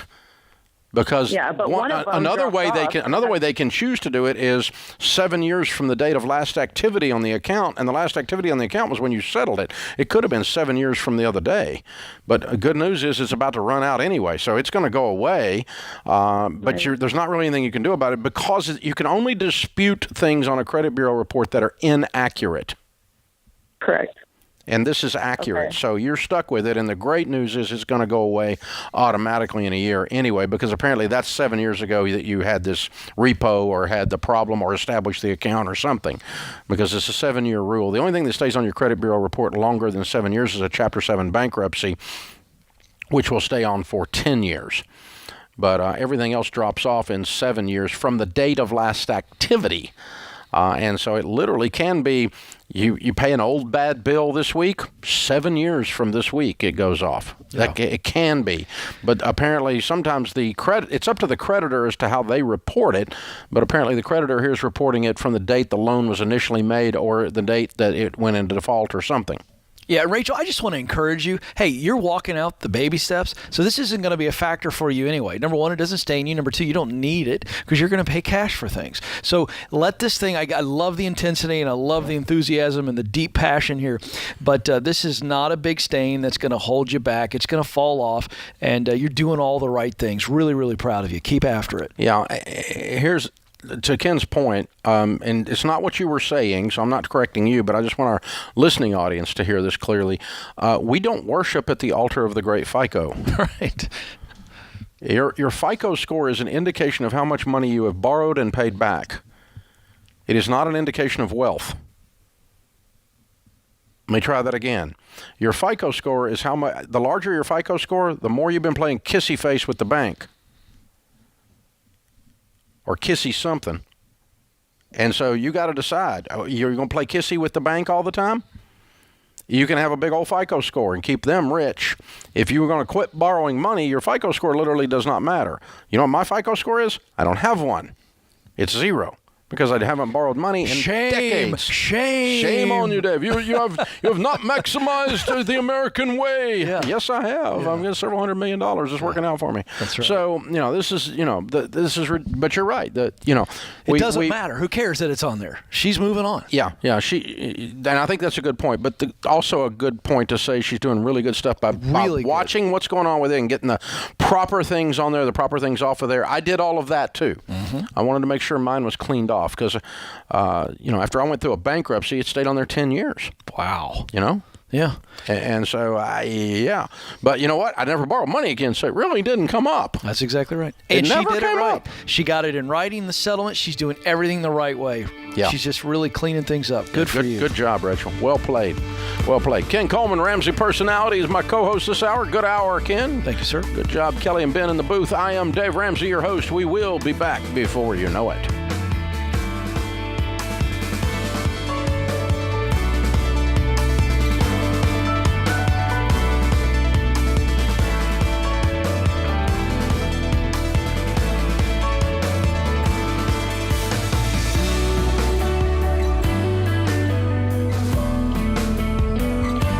It's Kelly, associate producer and phone screener for The Ramsey Show. If you would like to do your debt-free scream live on the show, make sure you visit theramseyshow.com and register. We would love for you to come to Nashville and tell Dave your story.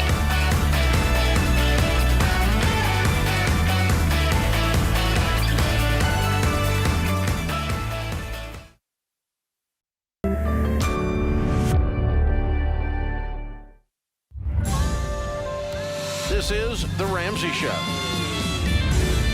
You can be intentional about your character. You can have money and a career. You are the hero in your story.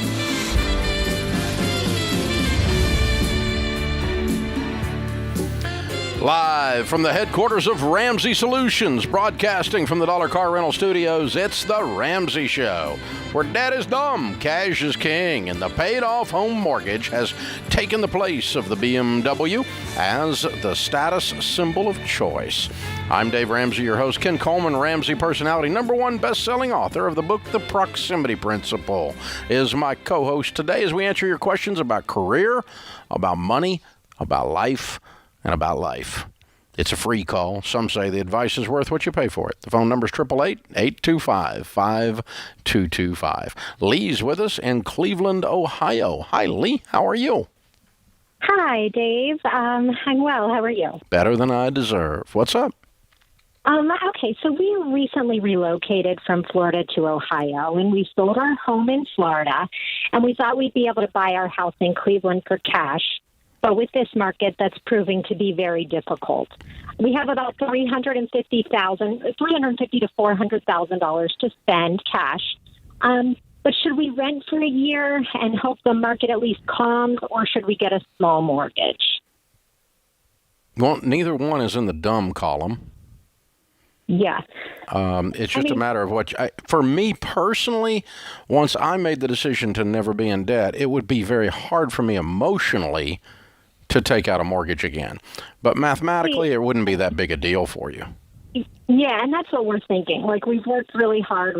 We're debt-free, fully funded emergency fund, have about $1 million in investments. We're young 40. So I The don't, $1 you know, million that's in investments, is it all in retirement? It's all retirement, yeah. Okay, so we good. can't touch it. So, Congrats. And you said you're and we don't 40? want to touch it. 42, actually. 42, yeah. and you're everyday millionaires. Way to go. Yeah. Thanks. Way to go. Thanks.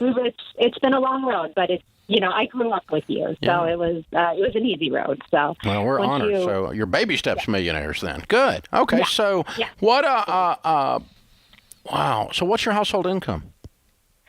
With I'm a stay-at-home mom. I would say about 200 with bonus. Mm-hmm. And so how much mortgage would you take out if you went ahead and moved on a property now? I mean, honestly, we wanted to stay in a house that's around 350. But you said you had 350 or 400.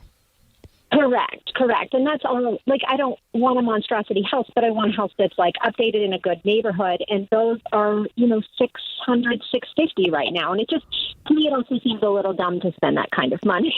So I'm just struggling with it. Like, in Florida, I expected it. I guess I didn't expect it in Cleveland, Ohio so much. So.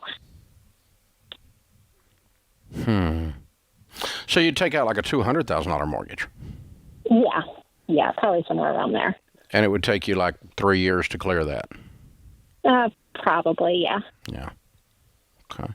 Well, that's certainly not the end of the world. And it's certainly not going to make you go bankrupt, and it's certainly not going to keep you from building wealth if you choose to go that route. I don't think you're going to see the market calm down $200,000 in 12 months. Right. But I mean, I guess our thought was, you know, maybe we rent and we stay for another year, and then we have, you know, $500,000 to spend or something. And then at least we're not, like, we've put in bids on 3 homes and we've been outbid. Like, we're bidding ask, and then they're coming back after that and saying, we want another $60,000. And I'm like, I physically can't do it. Like, it makes me want to vomit. Right? So Okay. All right. I'm struggling. Well, and the bid on the 3 homes, what was the prices you bid? We bid about $350. So you have found homes that the asking price on was a home that you would buy. Yes, but we're getting outbid like I understand. $50,000. I understand. So, yeah. Understand. But that's different than saying I have to jump from 350 or 400 to 600 to buy a house that's updated in Cleveland, Ohio. Those are incongruent conclusions. Yes, you're correct on that. The ones we're bidding on, they're smaller than we would like. I think you're getting a little bit into house fever drama mode. Maybe. Because you kicked up to 600 because you got outbid on a 350. Yeah. But keep in mind, I also have 2 small children, and right now we're living in a hotel. So that'll add to the drama mode. That'll add to the drama mode. That'll cause anybody to go crazy. But yeah, I'll give you that. But I'm going to call you on your lack of logic. Okay, so. And don't forget, Dave, that if you go for a $600,000 house, you get in the same market, you're going to have that whole back and forth there too. Yeah. So what I'm going to do is go rent, but I want an out in the lease. Yeah. Okay. I want terms of the lease that allow me for X number of dollars to break the lease, and then I want you to keep bidding on $350,000 and $400,000 houses until you actually get one. Okay. And and what you have to do in that process is you have to steel yourself, your emotions. You have to put your shields up, and just kind of then be surprised when you actually get one. You know what I'm saying? Good. Instead, you got married to these other 2, and it was a deep disappointment. Yeah. So I was on the golf green the other day, teeing off at the first hole, and I looked down at my cell phone, and an offer I had made that I fully did not expect to go through on a property I buy real estate. I looked down and I told Sharon, I said, "Dang it, gum, we just bought that house." I said, "I never dreamed." And it was like a surprise because I figured in this market I was going to get outbid. I didn't figure. I was shocked. And, and so you kind of want to be in that mode where you're like pleasantly surprised that it actually went through. Yes. And meaning that you're not deeply disappointed and, oh, God, the world's coming to an end and I got to go buy a $600,000 house because my offer didn't go through.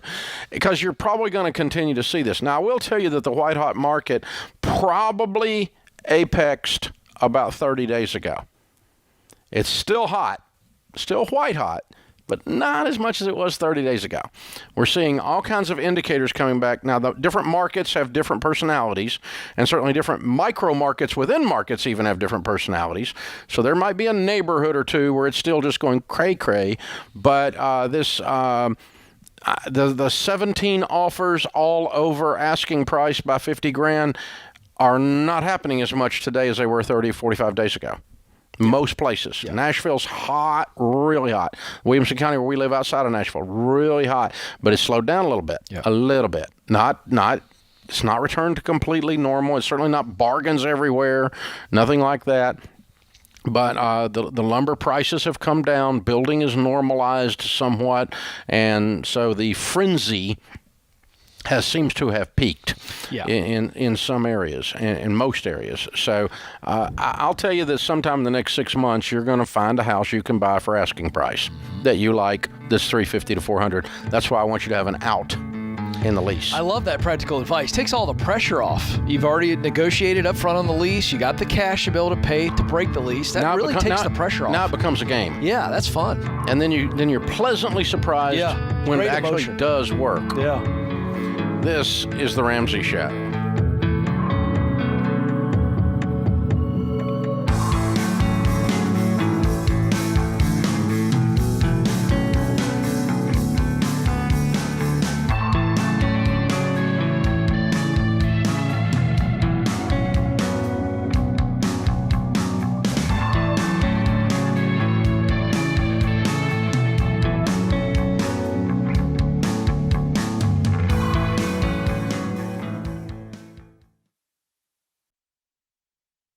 Hey folks, I got a great option to help you pay for your education. The Army National Guard. The Army National Guard believes you are the next greatest generation because you have proven that even in adversity, that you have what it takes to succeed. That's why they offer benefits like tuition assistance, career training, and a paycheck to help you avoid debt. No matter what your goals are, the Army National Guard can help you get there. Visit nationalguard.com to find out more.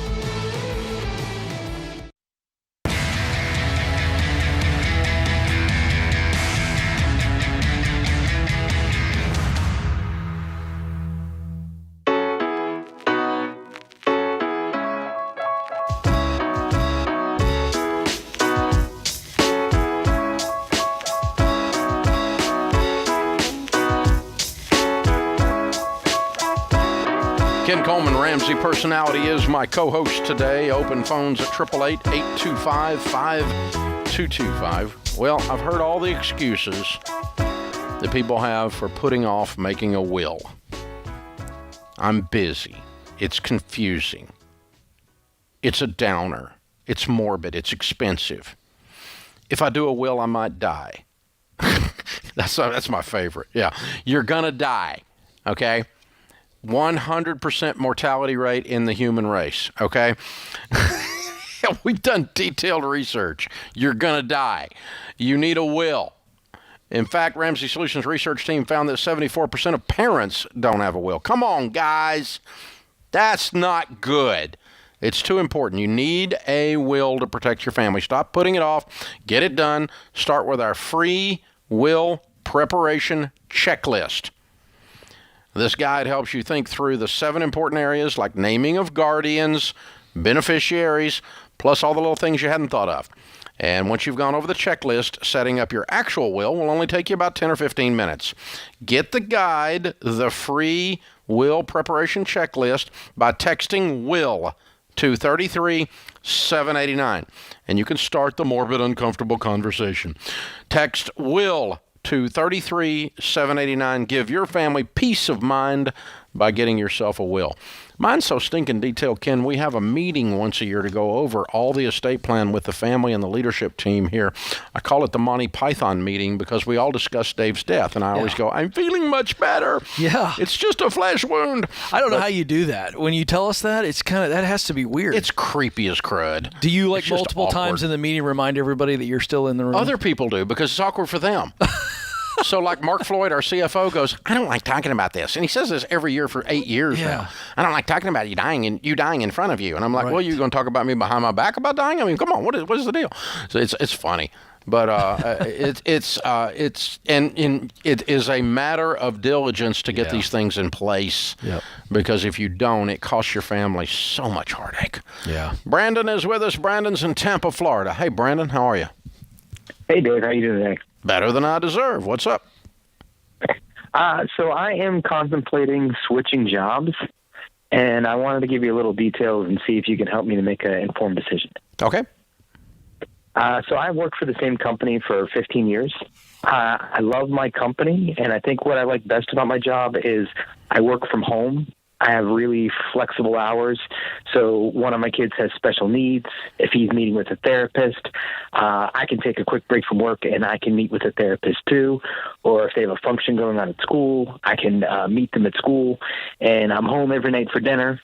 And then I can log back into work if I need to after they're in bed. So it kind of lets me be super dad while, my kids still like me, until they become teenagers, right? Okay. So So why are you leaving? Why are you leaving Nirvana?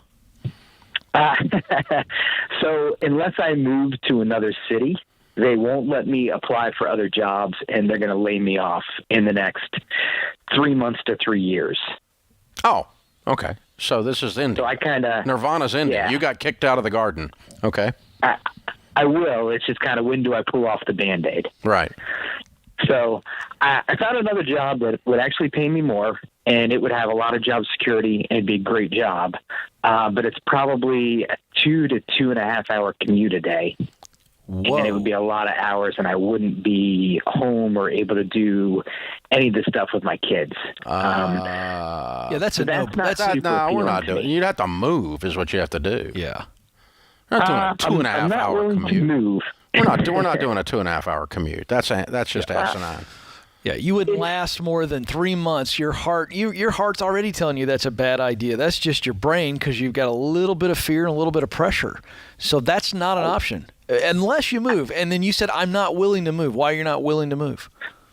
My kids are in a great school district. Love my house. Love my neighborhood. I have a rental in the same street. My in-laws live on the same street. You haven't found the new job yet. Yeah, you got to keep looking. There's a good list of reasons why we say no to that. So I started looking for that other job that I have in 2018, and I was getting ready to start that job, and then it went on hold during the pandemic, and they're trying to get me to come back now. My wife and I kind of want to just wait until we get laid off. Just so you know, I'm on baby step 7. I have a fully funded emergency fund and a large chunk of money that's in our checking account because we're getting ready to buy a car. So financially, I'm in good shape where if I got laid off, it wouldn't be the end of the world. But if and when I went to look for another job, it's very likely that I'd take a big pay cut because the technology that I'm working on is very proprietary. So not a lot of other places need it. So I'd have to kind of start at the ground floor. What's the place and work my way 2.5 back hours up. away with a raise? Do they have the same technology? They do. It's kind of a government job, so it's not just that it's 2.5 hours away. It's that it's a long commute with traffic. It's only I got that 14 part. miles. I'm asking, what was the job? Is it the same technology? It's not, but they're willing to take me because of a security clearance. All right. So what would you say is your type of work? Are you a programmer? Are you in cyber? Give me a job title so I can have an idea of what we're looking at here. Senior systems engineer. One thing that's kind of funky is my current company, because I can't apply for jobs, they just move me wherever they need me. So right now I'm not working on technology I would apply to a job for because I've been doing it since February. Okay. Here's the deal. In Tampa, Florida, a great job market, good size area, the systems engineer, what you have to start doing right now is start finding other different types of opportunities that allow you to take your experience and your skill set. Those are two different things, but I think you've got a wonderful future. You know, the idea of waiting to be laid off, that's just not how I'm wired, but because you're in baby step 7 and you've got a whole different perspective on things, I'm not going to say that's not a good idea. You certainly can do it. It's not. But I don't I'll like say it. Okay, good. I don't like it. I think that is too passive. And Brandon, you're in denial. Yeah, you're in denial that this nirvana is going away. It's going away, and all you have set up are these impossible freaking scenarios that are fatalistic all around you, where your life is not going to continue unless you keep this job. That's right, and that's a bunch of BS. You have a skill set that is totally marketable within 30 minutes of your house, and you need to go look for a new position. And what has happened, Dave, those excuses, those are all excuses. Those scenarios become excuses for him to go. Because he doesn't want to leave the nirvana. Because he doesn't want to leave the nest. I'm sorry, but nirvana's ending. Yeah. They're kicking you out of the Garden of Eden. Yeah. You don't get to live there anymore. Yeah. And so they've told you, and the instability of that is eroding you guys. It's eating at you guys. Yeah. And that's why you went and considered something 2.5 hours. No. Yeah. And by the way, he just freaking moved to Orlando. Right. Oh my God. And you know what? You don't have to trade off being a super dad and being there for your kids if your scenario changes. That again is a false choice. It's a false narrative. And we do this, we create all these reasons why we should sit tight. And in this situation, he's so marketable, the opportunities for him are endless as a systems engineer. I mean, technology, that's the place to be. And because he can go just about anywhere. Yeah. You're going to be fine, son. You're going to be fine. But, I'm just calling you on your stuff here. You need to go look for something that's not 2.5 hours away. And if it's a little bit of a pay cut, so what? It's, and no, I'm not going to sit and wait on this to come hit me in the back of the head. We know it's coming. And so, go land you something and get yourself a projected future that feels good again. You don't have a good feeling about your projected future. Nothing in your future that you laid out sounded fun. Nothing did. And that's just not accurate. There's a way to put together a life that you love here again. And so, hey, man, appreciate you. Glad you're at baby step 7. Proud of you for doing that. It gives you some options, gives you some comfort. You don't wallow in the comfort. This is The Ramsey Show.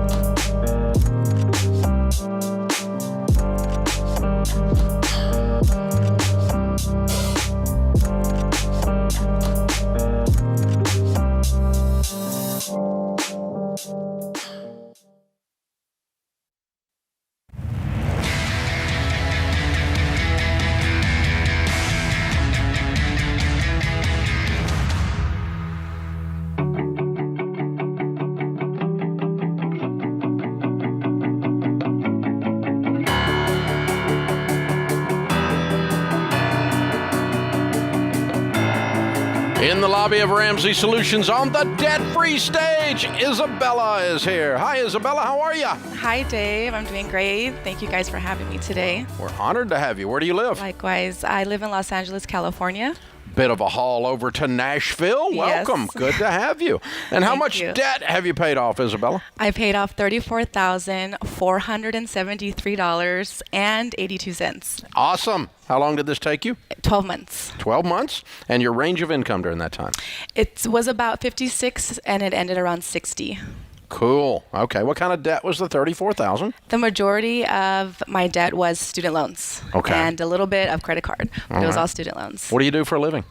I'm in real estate now. I just actually passed my real estate license last month. And so I've been doing real estate for a few months now in California. What were you doing before that for the 56 to 60? Before that, I was actually in international education. And I was doing that for the full year. And I was also doing some part-time jobs as well to supplement my income to be really gazelle intense and focused to pay off the student loans. Good for you. How old are you? I'm 30. I'm going to be 31 tomorrow. Actually, tomorrow's my birthday. Oh, well, happy birthday. Thank you. Very cool. Thank you. Okay, so something happened. I mean, your 20s goes away. We're sitting on 30 or so, 29 or 30, and we're looking down, and there's this nagging student loan that won't go away. What happened? What was the breakthrough? Well, it was actually started a few years before that. Actually, I was teaching teaching in China, actually. So I was there for about 4 years. Wow. And I thought that I wanted to go into government work as a foreign service officer. And so that's why I went to go get my master's. And then I had an internship in Hong Kong. And I decided that I really liked what I was doing at the time, but I didn't see myself doing it long term. I would rather be focused more on the business side, entrepreneurial side. And so I left China and I came back to the States in, I believe it was 2015.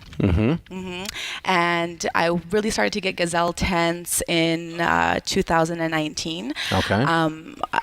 Earlier that year, my mother passed away, actually, really unexpectedly. And so that was kind of the catalyst for me to really get my affairs in order and really focus on something that I know she would be extremely proud of me about. Okay. And also for me, you know, I was working in education at the time, and I was like, how should I have debt over my head when I'm being in this field? I'm coaching students. And so I really wanted to clean up my backyard, essentially. Yeah, that's powerful. There's something about a friend of mine, a pastor friend of mine, and I were speaking at a funeral a while back, and he made a comment I've never forgotten. He said, losing someone at a funeral, a birth, either one, are both tuning forks, and you retune your life. Because we all get real introspective when those kinds of things happen, and the loss of your mom does that, and it goes, okay, this life thing is short, I better get it right. For sure. And so later that year, actually, I started Financial Peace University at a church. And I brought my sister along with me, and it was funny. She made a comment. She was 21 at the time, and she's like, I'm too young for this. I shouldn't be going to this. And I was just telling her, actually, this is like the perfect time that you should be learning about this so you can grow and invest earlier. And so I dragged her along with me, and I finished the course at the end of 2019.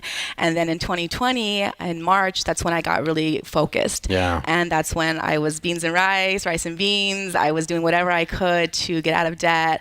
And it was really hard because I went through actually, you know, several losses. I actually was going through a breakup at the time too. So there was a lot of times where it was, you know, during the pandemic as well, where everything just really seemed really difficult. A lot of stress. Right. A lot of stress, like loss and stuff. But I always pushed myself to this season is not going to last forever.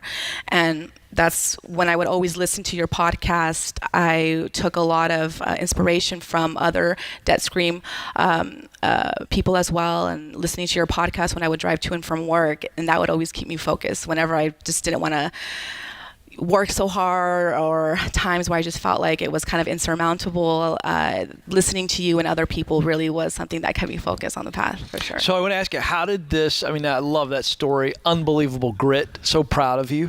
How did that journey, that singular focus on getting out of debt, how did it play into you becoming a real estate professional and kind of scratching that entrepreneurial itch? Because this, I'm assuming this was all part of the transition, getting debt free and moving into real estate. Yes. My last position, it was a means to an end. So it was a means for me to get out of debt. Once I got out of debt, earlier this year, actually, I was like, I want to get my real estate license.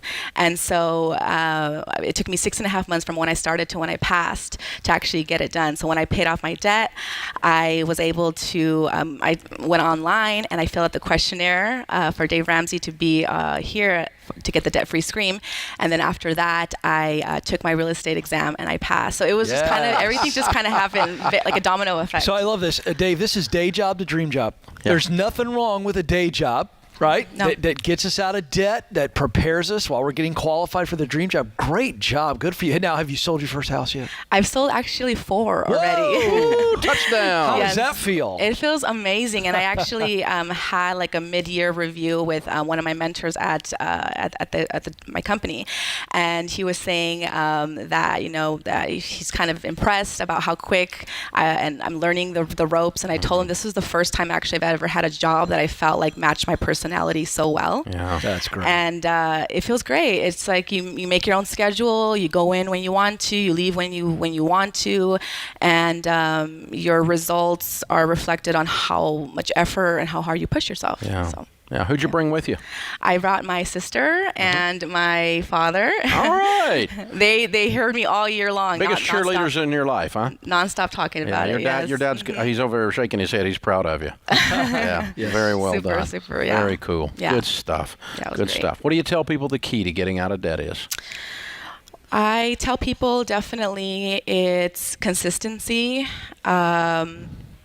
discipline, and also just a belief in yourself, because there's going to be times when it gets really, really hard and you're not going to really have anybody on your side really pushing you, because everybody has their own agenda, their own things to do. And so really a firm belief and vision in yourself and your future is what's going to get you through those hard times. Yeah. Way to go, Isabella. You're a rock star. You're a hero. Very, very proud of you. What a lot of transition there. Yes. A lot of change, a lot of stuff going on, a lot of stress, all during a stressful time, pulled it all off. Yeah. You're an amazing young woman. Very, very well done. Very well done. Good stuff. All right, we've got a copy of The Legacy Journey for you. That is definitely the next chapter in your story to continue to change your entire legacy now. Very well done. And a copy of the Total Money Makeover book. You can pass that along to someone when you're talking about Financial Peace University, like you drug your 21-year-old sister there a few years ago. So very cool stuff. Good stuff. All right, it's Isabella from Los Angeles. $34,000 paid off in 12 months, making 56 to 60. Count it down. Let's hear a debt-free scream. 3, 2, 1. I'm debt free.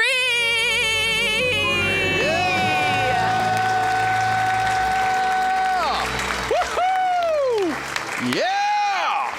This is how it's done right here. So I have a prediction for you.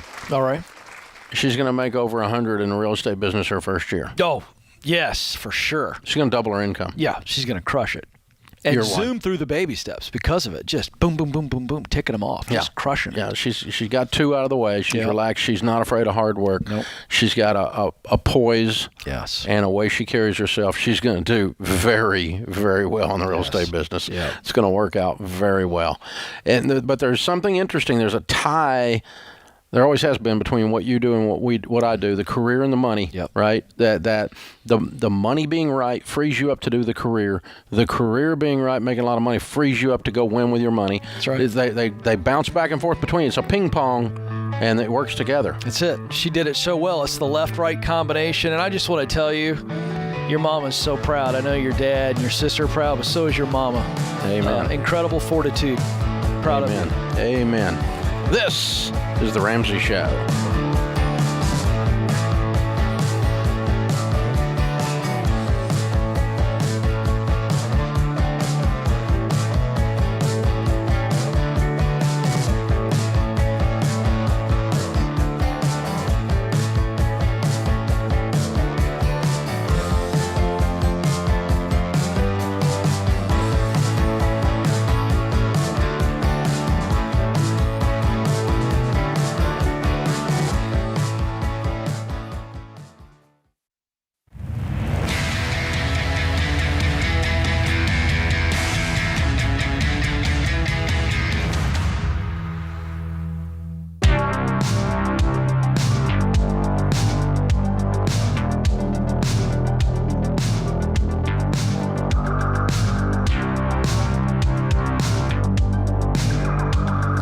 Our scripture of the day, John 14:27. Peace I leave with you, my peace I give to you. I do not give to you as the world gives. Do not let your hearts be troubled, and do not be afraid. Rosa Parks said, I have learned over the years that when one's mind is made up, this diminishes fear. Very true. Laney is with us. Laney is in, what in the world did I do there? I messed up. Oh, there's Laney. Hey, Laney. Welcome to the Ramsey Show. How can Ken and I help? Hi, Dave. Hi, Ken. Bear with me. I have a lot of moving pieces. I'm an occupational therapist. I work in the hospital. I also have a part-time job in outpatient. I'm on baby step 2. I'm getting married in August. And I'm just very burned out on the hospital. I'm living in Asheville. My lease ends in November. And the plan was for my fiance to get a job first, and I kind of go from there because my job's more flexible. but I got anxious, found a job, got offered the job, and it's going to be an $8,000 pay raise. Now I'm having second thoughts on, am I cornering my fiance into a place, or should I? Where is the job? Where's the job? Greenville, South Carolina. Okay, so you would be moving, and your lease is up in November, and you're getting married when again? August. Okay. And so had you guys already decided on Greenville, South Carolina, or this is where the job has come up and now he's got to decide, or you have to decide if that's where we want to go? Help me understand. This is where the job came up. So we have not decided on a location at all. Okay, so if you're having second thoughts, what are his thoughts? I'm assuming since you mentioned him and cornering him, have you guys discussed this, and what's his take? Yeah, he isn't super decisive about it. He likes the area, but he does feel like he wishes that he could find a job first, because I could essentially go anywhere where it might be harder for him to find a job. Okay, so you called us. Which way were you leaning at the start of this call? Oh, I'm really, really conflicted. I'm really worried that I am making a rash decision, like to jump on this job, because I'm so burned out at the hospital. Okay. And this job would start in September, so it's kind of like a really quick, easy out for me. Yeah, I think you have to listen to that. But I want to dive in here. Tell me about the parts that are causing you to feel burned out. And another way of asking this is, what would you remove if you had a magic wand? What would you pull away from what you're doing right now that's sucking your soul out? Well, so the biggest piece is the salary is not what I expected when I got the student loans that I did for an occupational therapist. Okay, and but so I'm working that doesn't cause you to burn out. That's not work related. That's emotion attached to the reality that a lot of people are facing when they get these expensive degrees, that they take loans out and they go, wait a second, I thought I was going to make more. I'm asking you, is there types of things you're doing that are burning you out? Or is it just the emotional disconnect? You're like wanting to run away from this particular hospital. Why? Why? What's sucking the life out of you? So it has been so many staff cuts. We've been super overworked. Okay, so you're overwhelmed, which I've written about this. I've got an article on this at kencoleman.com. It's one of the 5 causes of what I call buildup on the heart. See, burnout is the symptom. If I go to the doctor today, Laney, with knee pain, I'm not going, I've got knee pain. I want to know what's causing the pain. And so being overwhelmed, drinking from a fire hydrant is what you're identifying here. So let me simplify this. If we removed all of the stuff that's causing all this stress and just feeling overwhelmed, and I put you in a different place doing occupational therapy, would you be happy in your work? Yeah, I think so. I am made to be an occupational therapist. I know that. All right, hold on, pause. That's huge. That's what you have to realize. You were made to be an occupational therapist. So we're doing the right thing in the wrong place. We have a little quiz at she knows that. She's wanting to leave. I know, but that's no dadgum insight, Coleman. She already told you that. No, but she needs to hear that, because she was going to take another job as an occupational therapist. No, she was going to take it. She was rushing into something as opposed to saying, I need to stay in occupational therapy. She was going to stay in occupational therapy. Yeah, so the other job is home health. It's not occupational therapy? So it's an occupational therapist. Yeah, I thought you're staying in the career. But right? I thought I heard her say it was a little bit different than what she's doing now. Okay, did I misunderstand that? Let me back up a second on something that's bothering me in this whole thing. When are you getting married again? August. Okay. August 21st. This is July. So when is it your fiance is going to go get a freaking job? My thoughts exactly. Yeah, I think he needs to get off the ladder here. Yeah. But you should not take the job in Greenville. I don't think that's good for the relationship. No, I think he's got about 30 days or no whining. Like by the time you get married, he should have his job lined up in the city, and then you go over there and get you an occupational therapy job in that city, and you're still going to be in there by September. Yes. Mm-hmm. And the point But him sitting around on his butt till Christmas not figuring this out is not one of the options on the table. Right. You could tell him I said that. Or are you waiting on him? Like, why does he have to go first? You're not forcing him. He does need to get his butt in gear. Mm-hmm. But here's the point I'm trying to make, Laney. Dave's having fun with me. I get it. Here's the point. You're not burned out from being an occupational therapist. You're just burned out in the current environment. Don't mistake that. That's all I'm saying. Stay with occupational therapy. Yeah, you're doing the right thing, but get out of that environment. Yeah, I agree. And I'm with you on this, Laney. I think you can land that pretty easily. And you just have to be selective about the environment wherever he wants. But he loses his option on cities if he doesn't take the option by the wedding. Okay. So you think I'd give him 30 days? He gets until then to choose cities and choose his little career thing. Otherwise, he'd be following you. Yeah. Yeah, and I don't want that. I want him to grow in his career. I do too, but that means he has to actually go do it. He has to get on the ladder before he can climb. Yeah. What's he do? What's his field? He's a supervisor in commercial landscaping. Well, you can do that anywhere.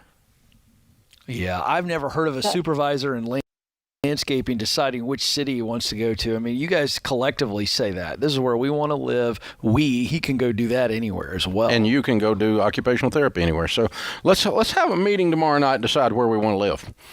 And then let's go get a couple jobs there before the wedding. Yeah. And then you can quit your job and you'll be out of that hospital by September. And you go do occupational therapy and he goes and does commercial landscaping. I mean, any major metro area's got commercial landscaping, believe me. Anybody's probably got office buildings and apartments and so forth. That's the deal. So, I mean, there's 73,000 of them within a 2-mile radius of this place. They're over here every day bothering us. So, I know that, it's just possible, right? I mean, they want to get this job, right? This building. Yeah, there's a lot of landscaping to do around here. Yeah, so you're telling me you're not a fan of the leaf blower right outside of the conference rooms? Is that what I'm hearing, Dave? I don't know. It was like a thing at the old office. Every time we would start a meeting, some guy would go by with a leaf blower about the time we're in the meeting. We're full-on staff meeting, yeah. Right in the middle of the meeting. So, yeah, the great news is you can land both of these jobs anywhere you guys want to do, Laney. This is about you all getting aligned on your timing and your motivation and ambition. And both of you being on the same page. You're more driven to get out of that hospital, and he's not driven enough. I'm kicking him in the butt in this call. Because he's leaving you on hold.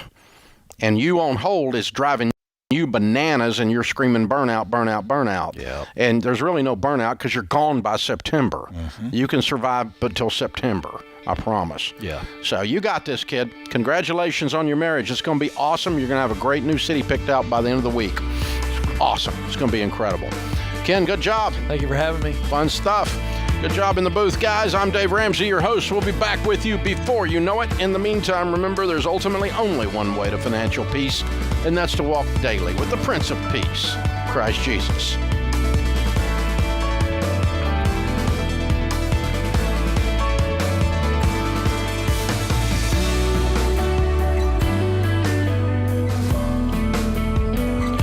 Hey guys, this is James, senior producer for The Ramsey Show. Did you know over 18 million people listen to The Ramsey Show every week? And a lot of those people listen on one of our 600 plus radio stations across the country. To find a station near you, head to theramseyshow.com.